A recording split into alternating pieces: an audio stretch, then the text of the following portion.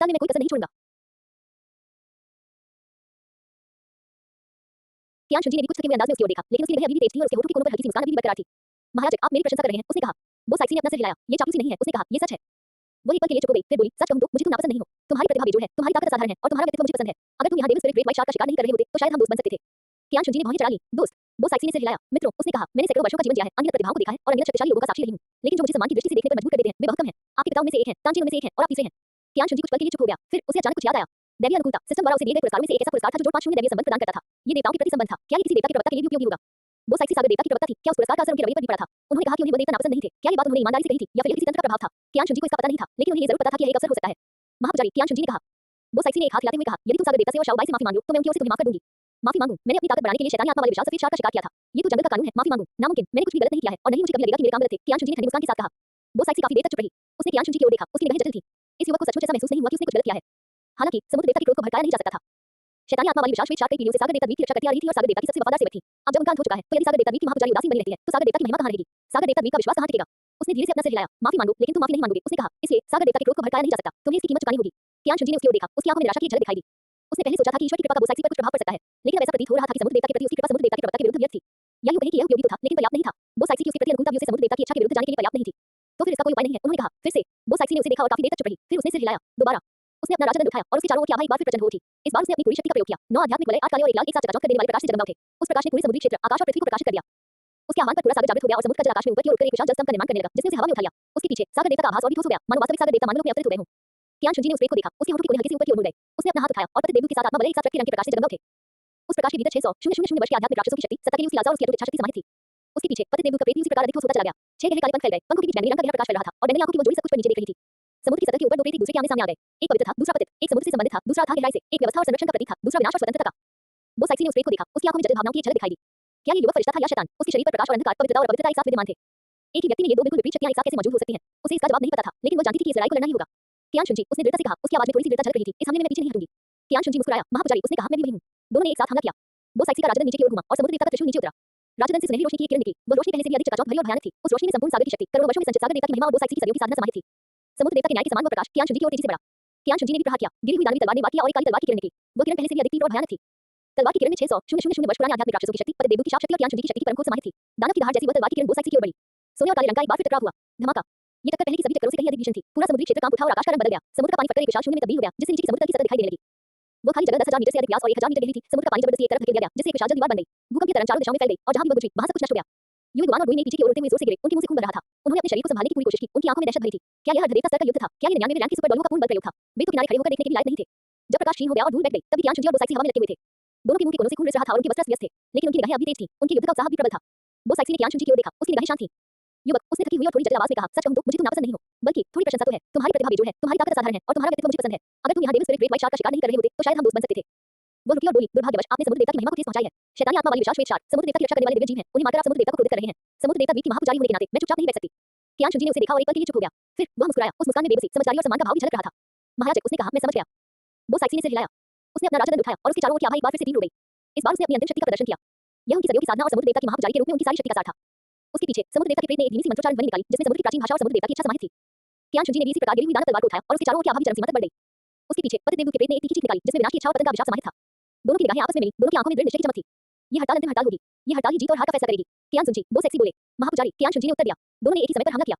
वो साइक्सी का राजदंड नीचे की ओर घुमा और समुद्र देवता का त्रिशूल गिर गया। राजदंड से एक सुनहरी रोशनी निकली, जो पहले से कहीं अधिक चमकदार और भयावह थी।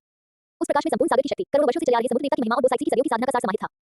वो प्रकाश समुद्र देवता के न्याय के समान था, जो ज्ञान शुंजी की ओर अग्रसर हो रहा था। जहां भी वो गुजरता, अंतरिक्ष विकृत हो जाता और समुद्र का पानी वाष्पित हो जाता। ज्ञान शुंजी ने उसी समय प्रहार किया। गिरी हुई दानव तलवार से वार किया और एक काली तलवार की किरण निकली। तलवार की वो किरण पहले से कहीं अधिक गहरी और भयावह थी। तलवार की किरण में 7 लाख वर्ष पुराने आध्यात्मिक राक्षसों की शक्ति, पतित देवदूत की शाप शक्ति और ज्ञान शुंजी की शक्ति की परम खोज समाहित थी। वो तलवार की किरण किसी दानव की दहाड़ की तरह थी, जो वो साइक्सी की ओर बढ़ रही थी। जहां भी वो गुजरती, हवा चलने लगती और समुद्र का पानी उबलने लगता। सोने और काले रंग का एक बार फिर टकराव हुआ। धमाका। ये टक्कर पहले की किसी भी टक्कर से कहीं अधिक भीषण थी। पूरा समुद्री क्षेत्र कांप उठा और पूरे आकाश का रंग बदल गया। समुद्र का पानी विस्फोट के जरिए एक विशाल शून्य में फट गया, जिससे नीचे का समुद्र तक दिखाई देने लगा। वो खाली जगह 10,000 मीटर से अधिक व्यास और 1,000 मीटर गहरी थी। समुद्र का पानी जबरदस्ती एक तरफ धकेल दिया गया, जिससे एक विशाल जलती बन गई, जो विभाजित महासागर की तरह दिखती थी। भूकंप की लहर चारों दिशाओं में फैल गई और अपने रास्ते में आने वाली हर चीज को नष्ट कर दिया। दूर से चट्टानें हिलकर चूर-चूर हो गईं और समुद्र की तलछटों में ऊंची उछल गई, जिससे तलछट की एक विशाल दीवार बन गई, जो सभी दिशाओं में फैल गई। युवक युवान और रुई ने धमाके के साथ पीछे की ओर उड़ गए। उनके मुंह से खून बह रहा था। उन्होंने अपने शरीर को स्थिर रखने की पूरी कोशिश की। उनकी आंखों में भय साफ झलक रहा था। क्या यह हर देवता वर्ग की लड़ाई थी? क्या ये 99वें रैंक के सुपर बलों का पूरी ताकत से किया गया प्रहार था? उन्हें तो किनारे से मैच देखने की भी योग्यता नहीं थी। दोनों ने एक दूसरे की ओर देखा। दोनों की आंखों में गहरी श्रद्धा झलक रही थी। ये शक्ति के प्रति विस्मय नहीं था, बल्कि एक ऐसे अस्तित्व के प्रति विस्मय था जो नश्वरता की सीमाओं से परे था। जब प्रकाश क्षीण हो गया और धूल बैठ गई, तब ज्ञान शुंजी और वो साइक्सी हवा में लटके हुए थे। दोनों के मुंह के कोनों से खून बह रहा था और उनके वस्त्र पूरी तरह से सने हुए थे। लेकिन उनकी आंखें चमकती रहीं, उनकी युद्ध की भावना अभी भी तीव्र थी।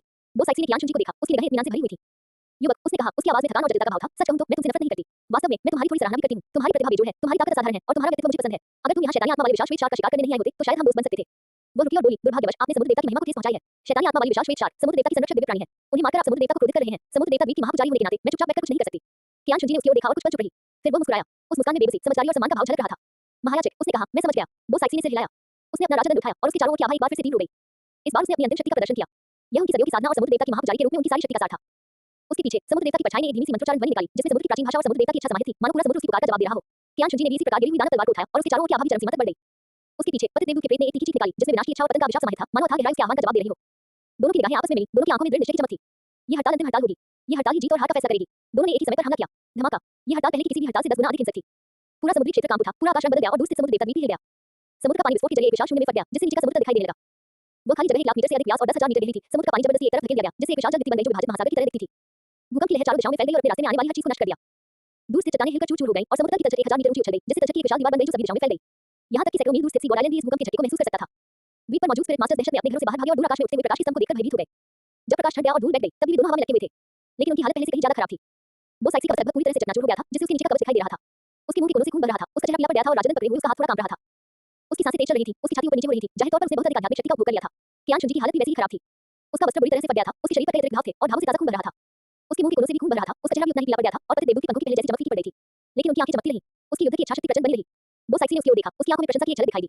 युवक, तुम बहुत बलवान हो, मेरे हाथों के नीचे इतनी देर तक टिके रहने वाले तुम पहले व्यक्ति हो। कियान शुनजी मुस्कुराई। महापुजारी मेरी चापलूसी कर रहे हैं। बोस साइक्सी ने अपना सिर हिलाया। ये चापलूसी नहीं है, यह एक सच्चाई है। वो एक पल के लिए रुकी और फिर बोली, दुर्भाग्य से आप में अभी भी थोड़ी सी कमी है। कियान शुनजी जानती थी कि उसने जो कहा वह सच था। उस आखिरी हमले में बोस साइक्सी का पलड़ा भारी था। उसकी शक्ति उससे कहीं अधिक थी, उसकी गति उससे कहीं अधिक तेज थी और उसका अनुभव उससे कहीं अधिक समृद्ध था। इस समुद्री क्षेत्र में वो वास्तव में अजेय थी। उसके लिए उसे हराना लगभग असंभव था। लेकिन कियान शुनजी हतोत्साहित नहीं हुए, क्योंकि उसके पास अभी भी एक तुरुप का पत्ता बचा हुआ था जिसका उसने इस्तेमाल नहीं किया था। एक ऐसा तुरुप का पत्ता जो युद्ध की स्थिति को बदलने के लिए पर्याप्त हो। उसने अपना सिर उठाया और बोस साइक्सी की ओर देखा, उसके होठों के कोने हल्के से ऊपर की ओर मुड़ गए। महापुजारी, आप सही कह रहे हैं, मुझ में अभी भी थोड़ी कमी है, लेकिन इस कमी को मैं पूरा कर सकता हूं। अध्याय 73, 12 देवदूतों की शक्ति। बोस साइक्सी ने भौहें चढ़ा ली। मुआवजा कैसे? कियान शुनजी ने कोई जवाब नहीं दिया। उसने बस अपनी आंखें बंद की और गहरी सांस ली। फिर उसके शरीर की आभा में बदलाव आने लगा। 6 पंखों वाले देवदूत की मार्शल आत्मा प्रकट हुई और उसके पीछे 6 सुनहरे पंख खुल गए, जिनसे एक पवित्र प्रकाश निकल रहा था। वो प्रकाश पहले से भी अधिक चकाचौंध भरा और शुद्ध था, मानो कोई सच्चा देवदूत नश्वर संसार में अवतरित हुआ हो। पतित देवदूत की मार्शल आत्मा भी प्रकट हुई और उसके पीछे 6 हिलकारे पंख खुल गए, जिनसे एक ठंडी भयानक रोशनी निकल रही थी। वो रोशनी पहले से भी अधिक गहरी और भयावह थी, मानो स्वयं अथाह गहराई हर चीज को घूर रही हो। 2 आत्माएं, एक प्रकाशमान और एक अंधकार में, एक पवित्र और एक दुष्ट, एक ही समय में उसके शरीर पर प्रकट हुई। फिर उनमें संवेदन की प्रक्रिया शुरू हुई। कियान शुनजी का शरीर चमकने लगा, आधा सुनहरा और आधा बैंगनी। प्रकाश और भी तेज और तीव्र होता गया, अंततः उसके पूरे शरीर को घेर लिया। उसके पीछे सेराफिम और पतित देवदूत की आकृतियां करीब आने लगी, एक दूसरे पर चढ़ने लगी और आपस में विलीन हो गई। सुनहरे पंख और गहरे काले पंख आपस में गुंथे हुए थे और पवित्र प्रकाश और शीतल प्रकाश मिलकर अंततः पंखों का एक नया समूह बना रहे थे। 12 पंख 6 सुनहरे और 6 काले, एकांतर क्रम में व्यवस्थित एक गहरा सुनहरा प्रकाश बिखेर रहे थे। 12 पंखों वाला देवदूत कियान शुनजी की आकृति प्रकाश से बाहर निकली।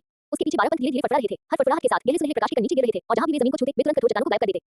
उसने जटिल नक्काशीदार गहरे सुनहरे रंग का कवच पहन रखा था, जिसमें से सुनहरी रोशनी और बैंगनी रंग की रहस्यमय चमक निकल रही थी। उसके हाथ में एक बिल्कुल नई तलवार थी। तलवार आधी सुनहरी और आधी काली थी, जिसकी धार पर गहरे सुनहरे रंग की ज्वालाएं जल रही थी। उन ज्वालाओं में देवदूत की न्याय शक्ति और पतित देवदूत की श्राप शक्ति दोनों समाहित थी। इस क्षण उसकी आभा में जबरदस्त उछाल आया। रंग 99 शिखर, रंग 99 सीमा और फिर उसने सारी सीमाएं तोड़ दी। उसकी आभा एक अलग ही स्तर पर पहुंच गई, एक अर्धदेवता के स्तर पर, एक ऐसे स्तर पर जो एक नश्वर प्राणी की सीमाओं से परे था। नहीं, ये वो साइक्सी की अर्धदेवता अवस्था से भी कहीं अधिक शक्तिशाली और शुद्ध थी। वो साइक्सी की पुतलियां पल भर में सिकुड़कर सुई की नोक जितनी छोटी हो गई। उसका शरीर कांप उठा, डर से नहीं बल्कि सदमे से। 12 पंखों वाला देवदूत, उसकी आवाज में घोर विश्वास था। यह संभव है, देवदूत ईश्वर की विरासत में केवल सेराफिम ही शामिल हैं। स्वयं देवदूत ईश्वर के भी केवल 6 पंख थे, भला 12 पंख कैसे हो सकते हैं? कियान शुनजी ने उसकी ओर देखा, उसके होठों के कोने हल्के से ऊपर की ओर मुड़ गए। महापुजारी अभी भी बहुत कुछ ऐसा है जो आप नहीं जानती। वो साइक्सी चुप हो गई। उसने कियान शुनजी के पीछे 12 पंखों को, उसके शरीर पर मौजूद गहरे सुनहरे कवच को और उसके हाथ में मौजूद प्रकाश और अंधकार के अंतर्विन्यास से बनी तलवार को देखा। उसके हृदय में एक अभूतपूर्व आघात उमड़ पड़ा। 12 पंख, जहां प्रकाश और अंधकार, धर्म और बुराई साथ-साथ विद्यमान थे। यह कोई देवदूत नहीं था, यह एक ऐसी हस्ती थी जो देवदूतों से भी बढ़कर थी। क्या ये कोई देवता था? नहीं, देवता तो नहीं, लेकिन उसके बहुत करीब, इतना करीब कि उसे भी डर लगने लगा। उसने कांपती हुई आवाज में कहा, आखिर तुम हो कौन? कियान शुनजी मुस्कुराया, उसकी मुस्कान में आत्मसंतुष्टि, गर्व और किसी और चीज का स्पष्ट संकेत था। कियान शुनजी, उसने शांत स्वर में कहा, स्पिरिट हॉकी पोप। उसने अपने हाथ में तलवार उठाई और बोस साइक्सी की ओर इशारा करते हुए कहा, महापुजारी अब हम आगे बढ़ सकते हैं। बोस साइक्सी ने उसे देखा और काफी देर तक चुप रही। फिर वह भी मुस्कुराई। उस मुस्कान में कड़वाहट, बेबसी और थोड़ी सी उत्तेजना थी। उसे ऐसे प्रतिद्वंदी का सामना किए बहुत समय हो गया था। एक ऐसा प्रतिद्वंदी जो उसे पूरी ताकत लगाने पर मजबूर कर दे, एक ऐसा प्रतिद्वंदी जो उसे भयभीत कर दे और एक ऐसा प्रतिद्वंदी जो उसे उत्साहित कर दे। बहुत अच्छा, उसने धीरे से कहा, तो चलिए आगे बढ़ते हैं। उसने अपना राजदंड उठाया और उसकी आभा एक बार फिर प्रज्वलित हो उठी। इस बार उसने अपनी पूरी शक्ति का प्रयोग किया, न केवल अपनी, बल्कि समुद्र देवता द्वारा प्रदत्त शक्ति और संपूर्ण सागर की शक्ति का भी।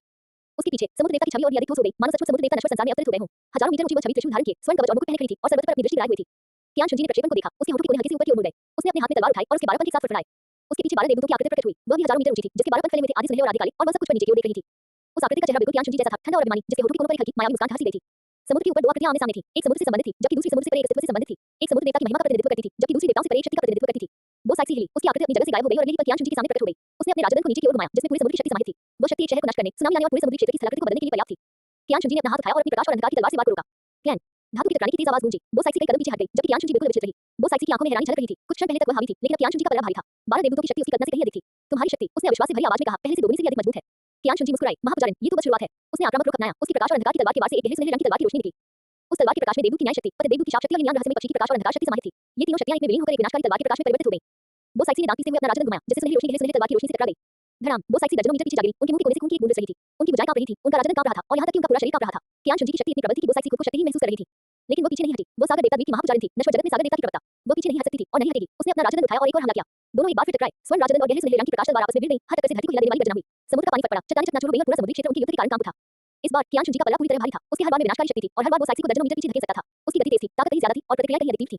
12 देवदूतों की शक्ति ने उनकी ताकत को एक बिल्कुल नए स्तर पर पहुंचा दिया था। अध्याय 74 प्रकाश और अंधकार की उत्पत्ति समापन। वो साइक्सी पीछे हट रहा था।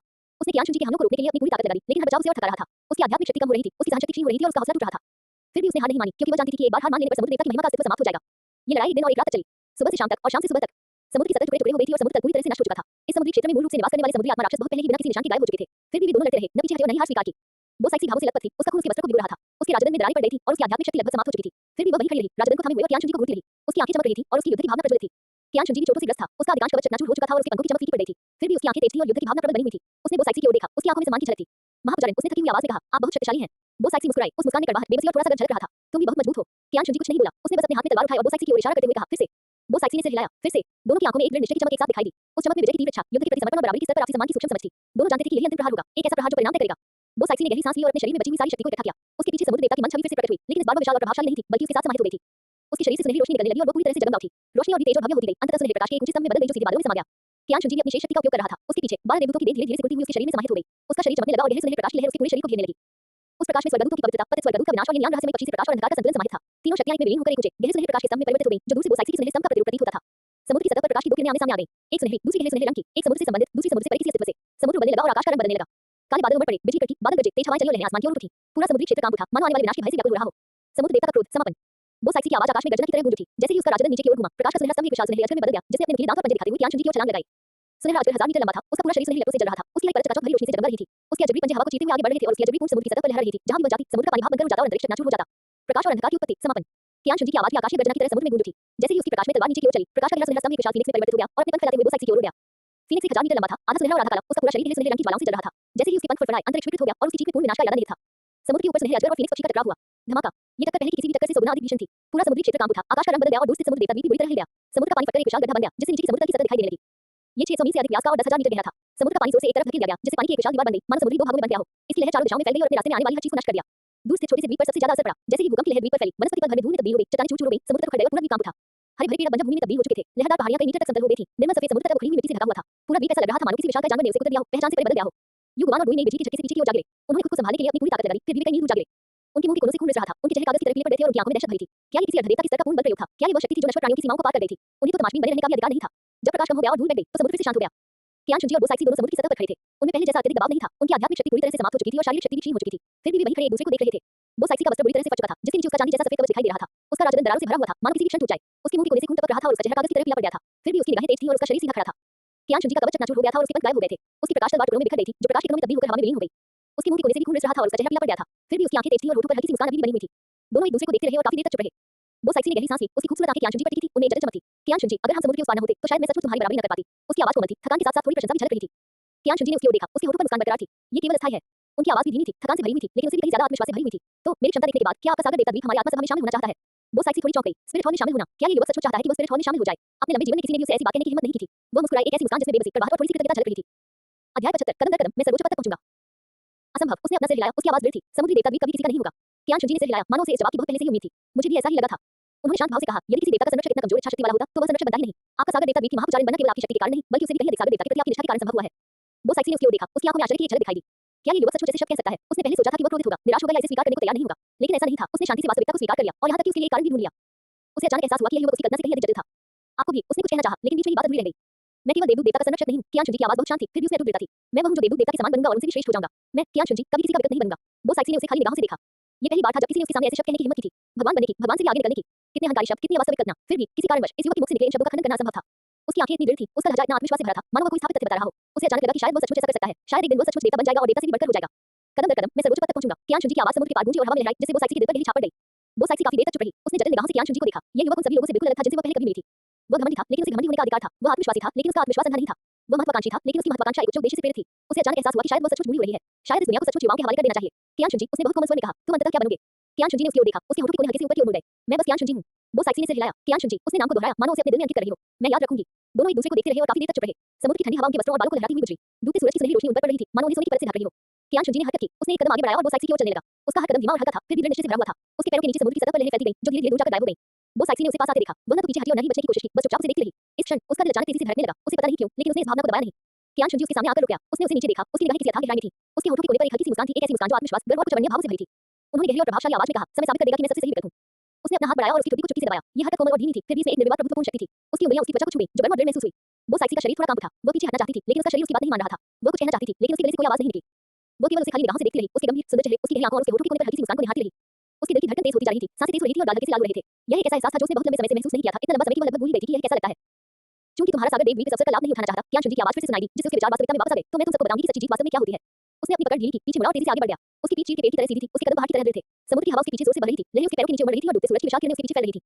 वो साइक्सी वहीं खड़ी रही, उसकी आकृति को धीरे-धीरे दूर जाते हुए देखती रही। उसकी उंगलियां धीरे से उसकी ठोड़ी को छू रही थीं, जहां उसकी उंगलियों की गर्माहट अभी भी महसूस हो रही थी। उसका दिल अभी भी जोर से धड़क रहा था, उसका चेहरा अभी भी लाल था। वह उस दूर जाते हुए व्यक्ति को लंबे समय तक देखती रही, स्थिर खड़ी रही। युवी गुआन और डुई ने दूर से दौड़कर आए। उनके चेहरे पीले पड़ गए थे और शरीर कांप रहे थे। फिर भी जब उन्होंने परंपावन की पीठ को देखा, तो उनकी आंखों में श्रद्धा और सम्मान का भाव भर गया। उन्होंने अभी-अभी ये दृश्य देखा था। परमपिता ने बो साइक्सी की ठुड्डी को चुपके से पकड़ा था और बो साइक्सी ने कोई विरोध नहीं किया था। इसका क्या अर्थ था? वे नहीं जानते थे, लेकिन वे यह अवश्य जानते थे कि उनके परमपिता वास्तव में सर्वशक्तिमान थे। कियान शुनजी काफी आगे निकल जाने के बाद युवी गुआन और डुई ने जल्दी से उनके पीछे आ गए। तीनों समुद्र की सतह पर चलते हुए स्पिरिट हॉल की दिशा में आगे बढ़े। डूबते सूरज की सुनहरी रोशनी उन पर पड़ रही थी, मानो वे सोने की परत से ढक गई हों। वो साइक्सी वहीं खड़ी और उस व्यक्ति की पीठ को दूर जाते हुए देखती रही। उसके दिल में कई तरह की भावनाएं, उन ऐसी भावनाएं जो उसने पहले कभी महसूस नहीं की थीं, जिससे उसे अप्रचता और यहाँ तक कि डर भी महसूस हुआ। उसने गहरी सांस ली, बुढ़ा सा तबीयत की ओर चल पड़ी। उसके कदम कुछ धीमे और भारी थे। उसके दिल में वो छवि काफी देर तक बसी रही, धुंधली नहीं हुई। उसे नहीं पता था कि इसका क्या मतलब है, लेकिन वह जानती थी कि अब से एक और व्यक्ति उसके संसार में प्रवेश कर चुका है। समुद्र देवता द्वीप पर वो साइक्सी समुद्र देवता की ओर खड़ी होकर दूर तक निहार रही थी। सूरज उग रहा था और क्षितिज को आग जैसे लाल रंग से रंग रहा था। उसका हृदय इस डूबते सूरज की तरह एक सूक्ष्म अवर्णनीय लौ से जल रहा था। कियान शुनजी, उसने गुनगुनाते हुए कहा। उसकी आवाज समुद्री हवा में घुल गई। आखिर तुम हो कौन? वो साइक्सी सागर देवता मंदिर की ऊपर खड़ी होकर दूर तक निहार रही थी। सूरज उग रहा था और क्षितिज को आग जैसे लाल रंग से रंग रहा था। उसका हृदय इस डूबते सूरज की तरह एक सूक्ष्म अवर्णनीय ज्वाला से जल रहा था। समुद्र की हवा से उसके लंबे बाल और फटी हुई पोशाक लहरा रही थी। इस सुनहरी रोशनी में उसकी आकृति विशेष रूप से अकेली और निर्जन प्रतीत हो रही थी। किसी ने उसे जवाब नहीं दिया। वहां केवल समुद्र की हवा थी, केवल समुद्र की लहरें थीं और केवल दूर डूबता हुआ सूरज था। ढलता सूरज धीरे-धीरे समुद्र में डूब गया। उसकी अंतिम किरणें समुद्र पर ऐसे बिखर रही थीं मानो पानी पर सोने की किरणें बिखरी हों। वो साइक्सी वहीं खड़ी समुद्र की सुनहरी सतह को निहार रही थी और उस युवक की आकृति बार-बार उसके मन में उभर रही थी। अध्याय 76 यह अधीनस्थ जल्दबाजी में बोलने की हिम्मत नहीं करता। कियान शुनजी की सख्ती, उसका दबंग स्वभाव, उसका आत्मविश्वास, उसका अहंकार और उसकी वो गर्म उंगलियां जब वह उसकी ठोड़ी को चुपके से दबाता था। वो सदियों से जीवित थी और उसने अनगिनत प्रतिभावान व्यक्तियों, अनगिनत दुर्जय विशेषज्ञों और अनगिनत विलक्षण प्रतिभावान हस्तियों को देखा था। कियान दाओ लियू समुद्र देवता द्वीप पर आए, उससे युद्ध किया, उससे पराजित हुई और अंततः निराश होकर चली गई।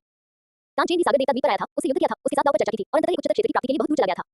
वे दोनों इस युग की शीर्ष हस्तियां थीं, इस दुनिया के शिखर पर विराजमान हस्तियां। लेकिन कियान शुनजी की तरह किसी ने भी उसे इतना विरोधाभासी भाव नहीं दिया था।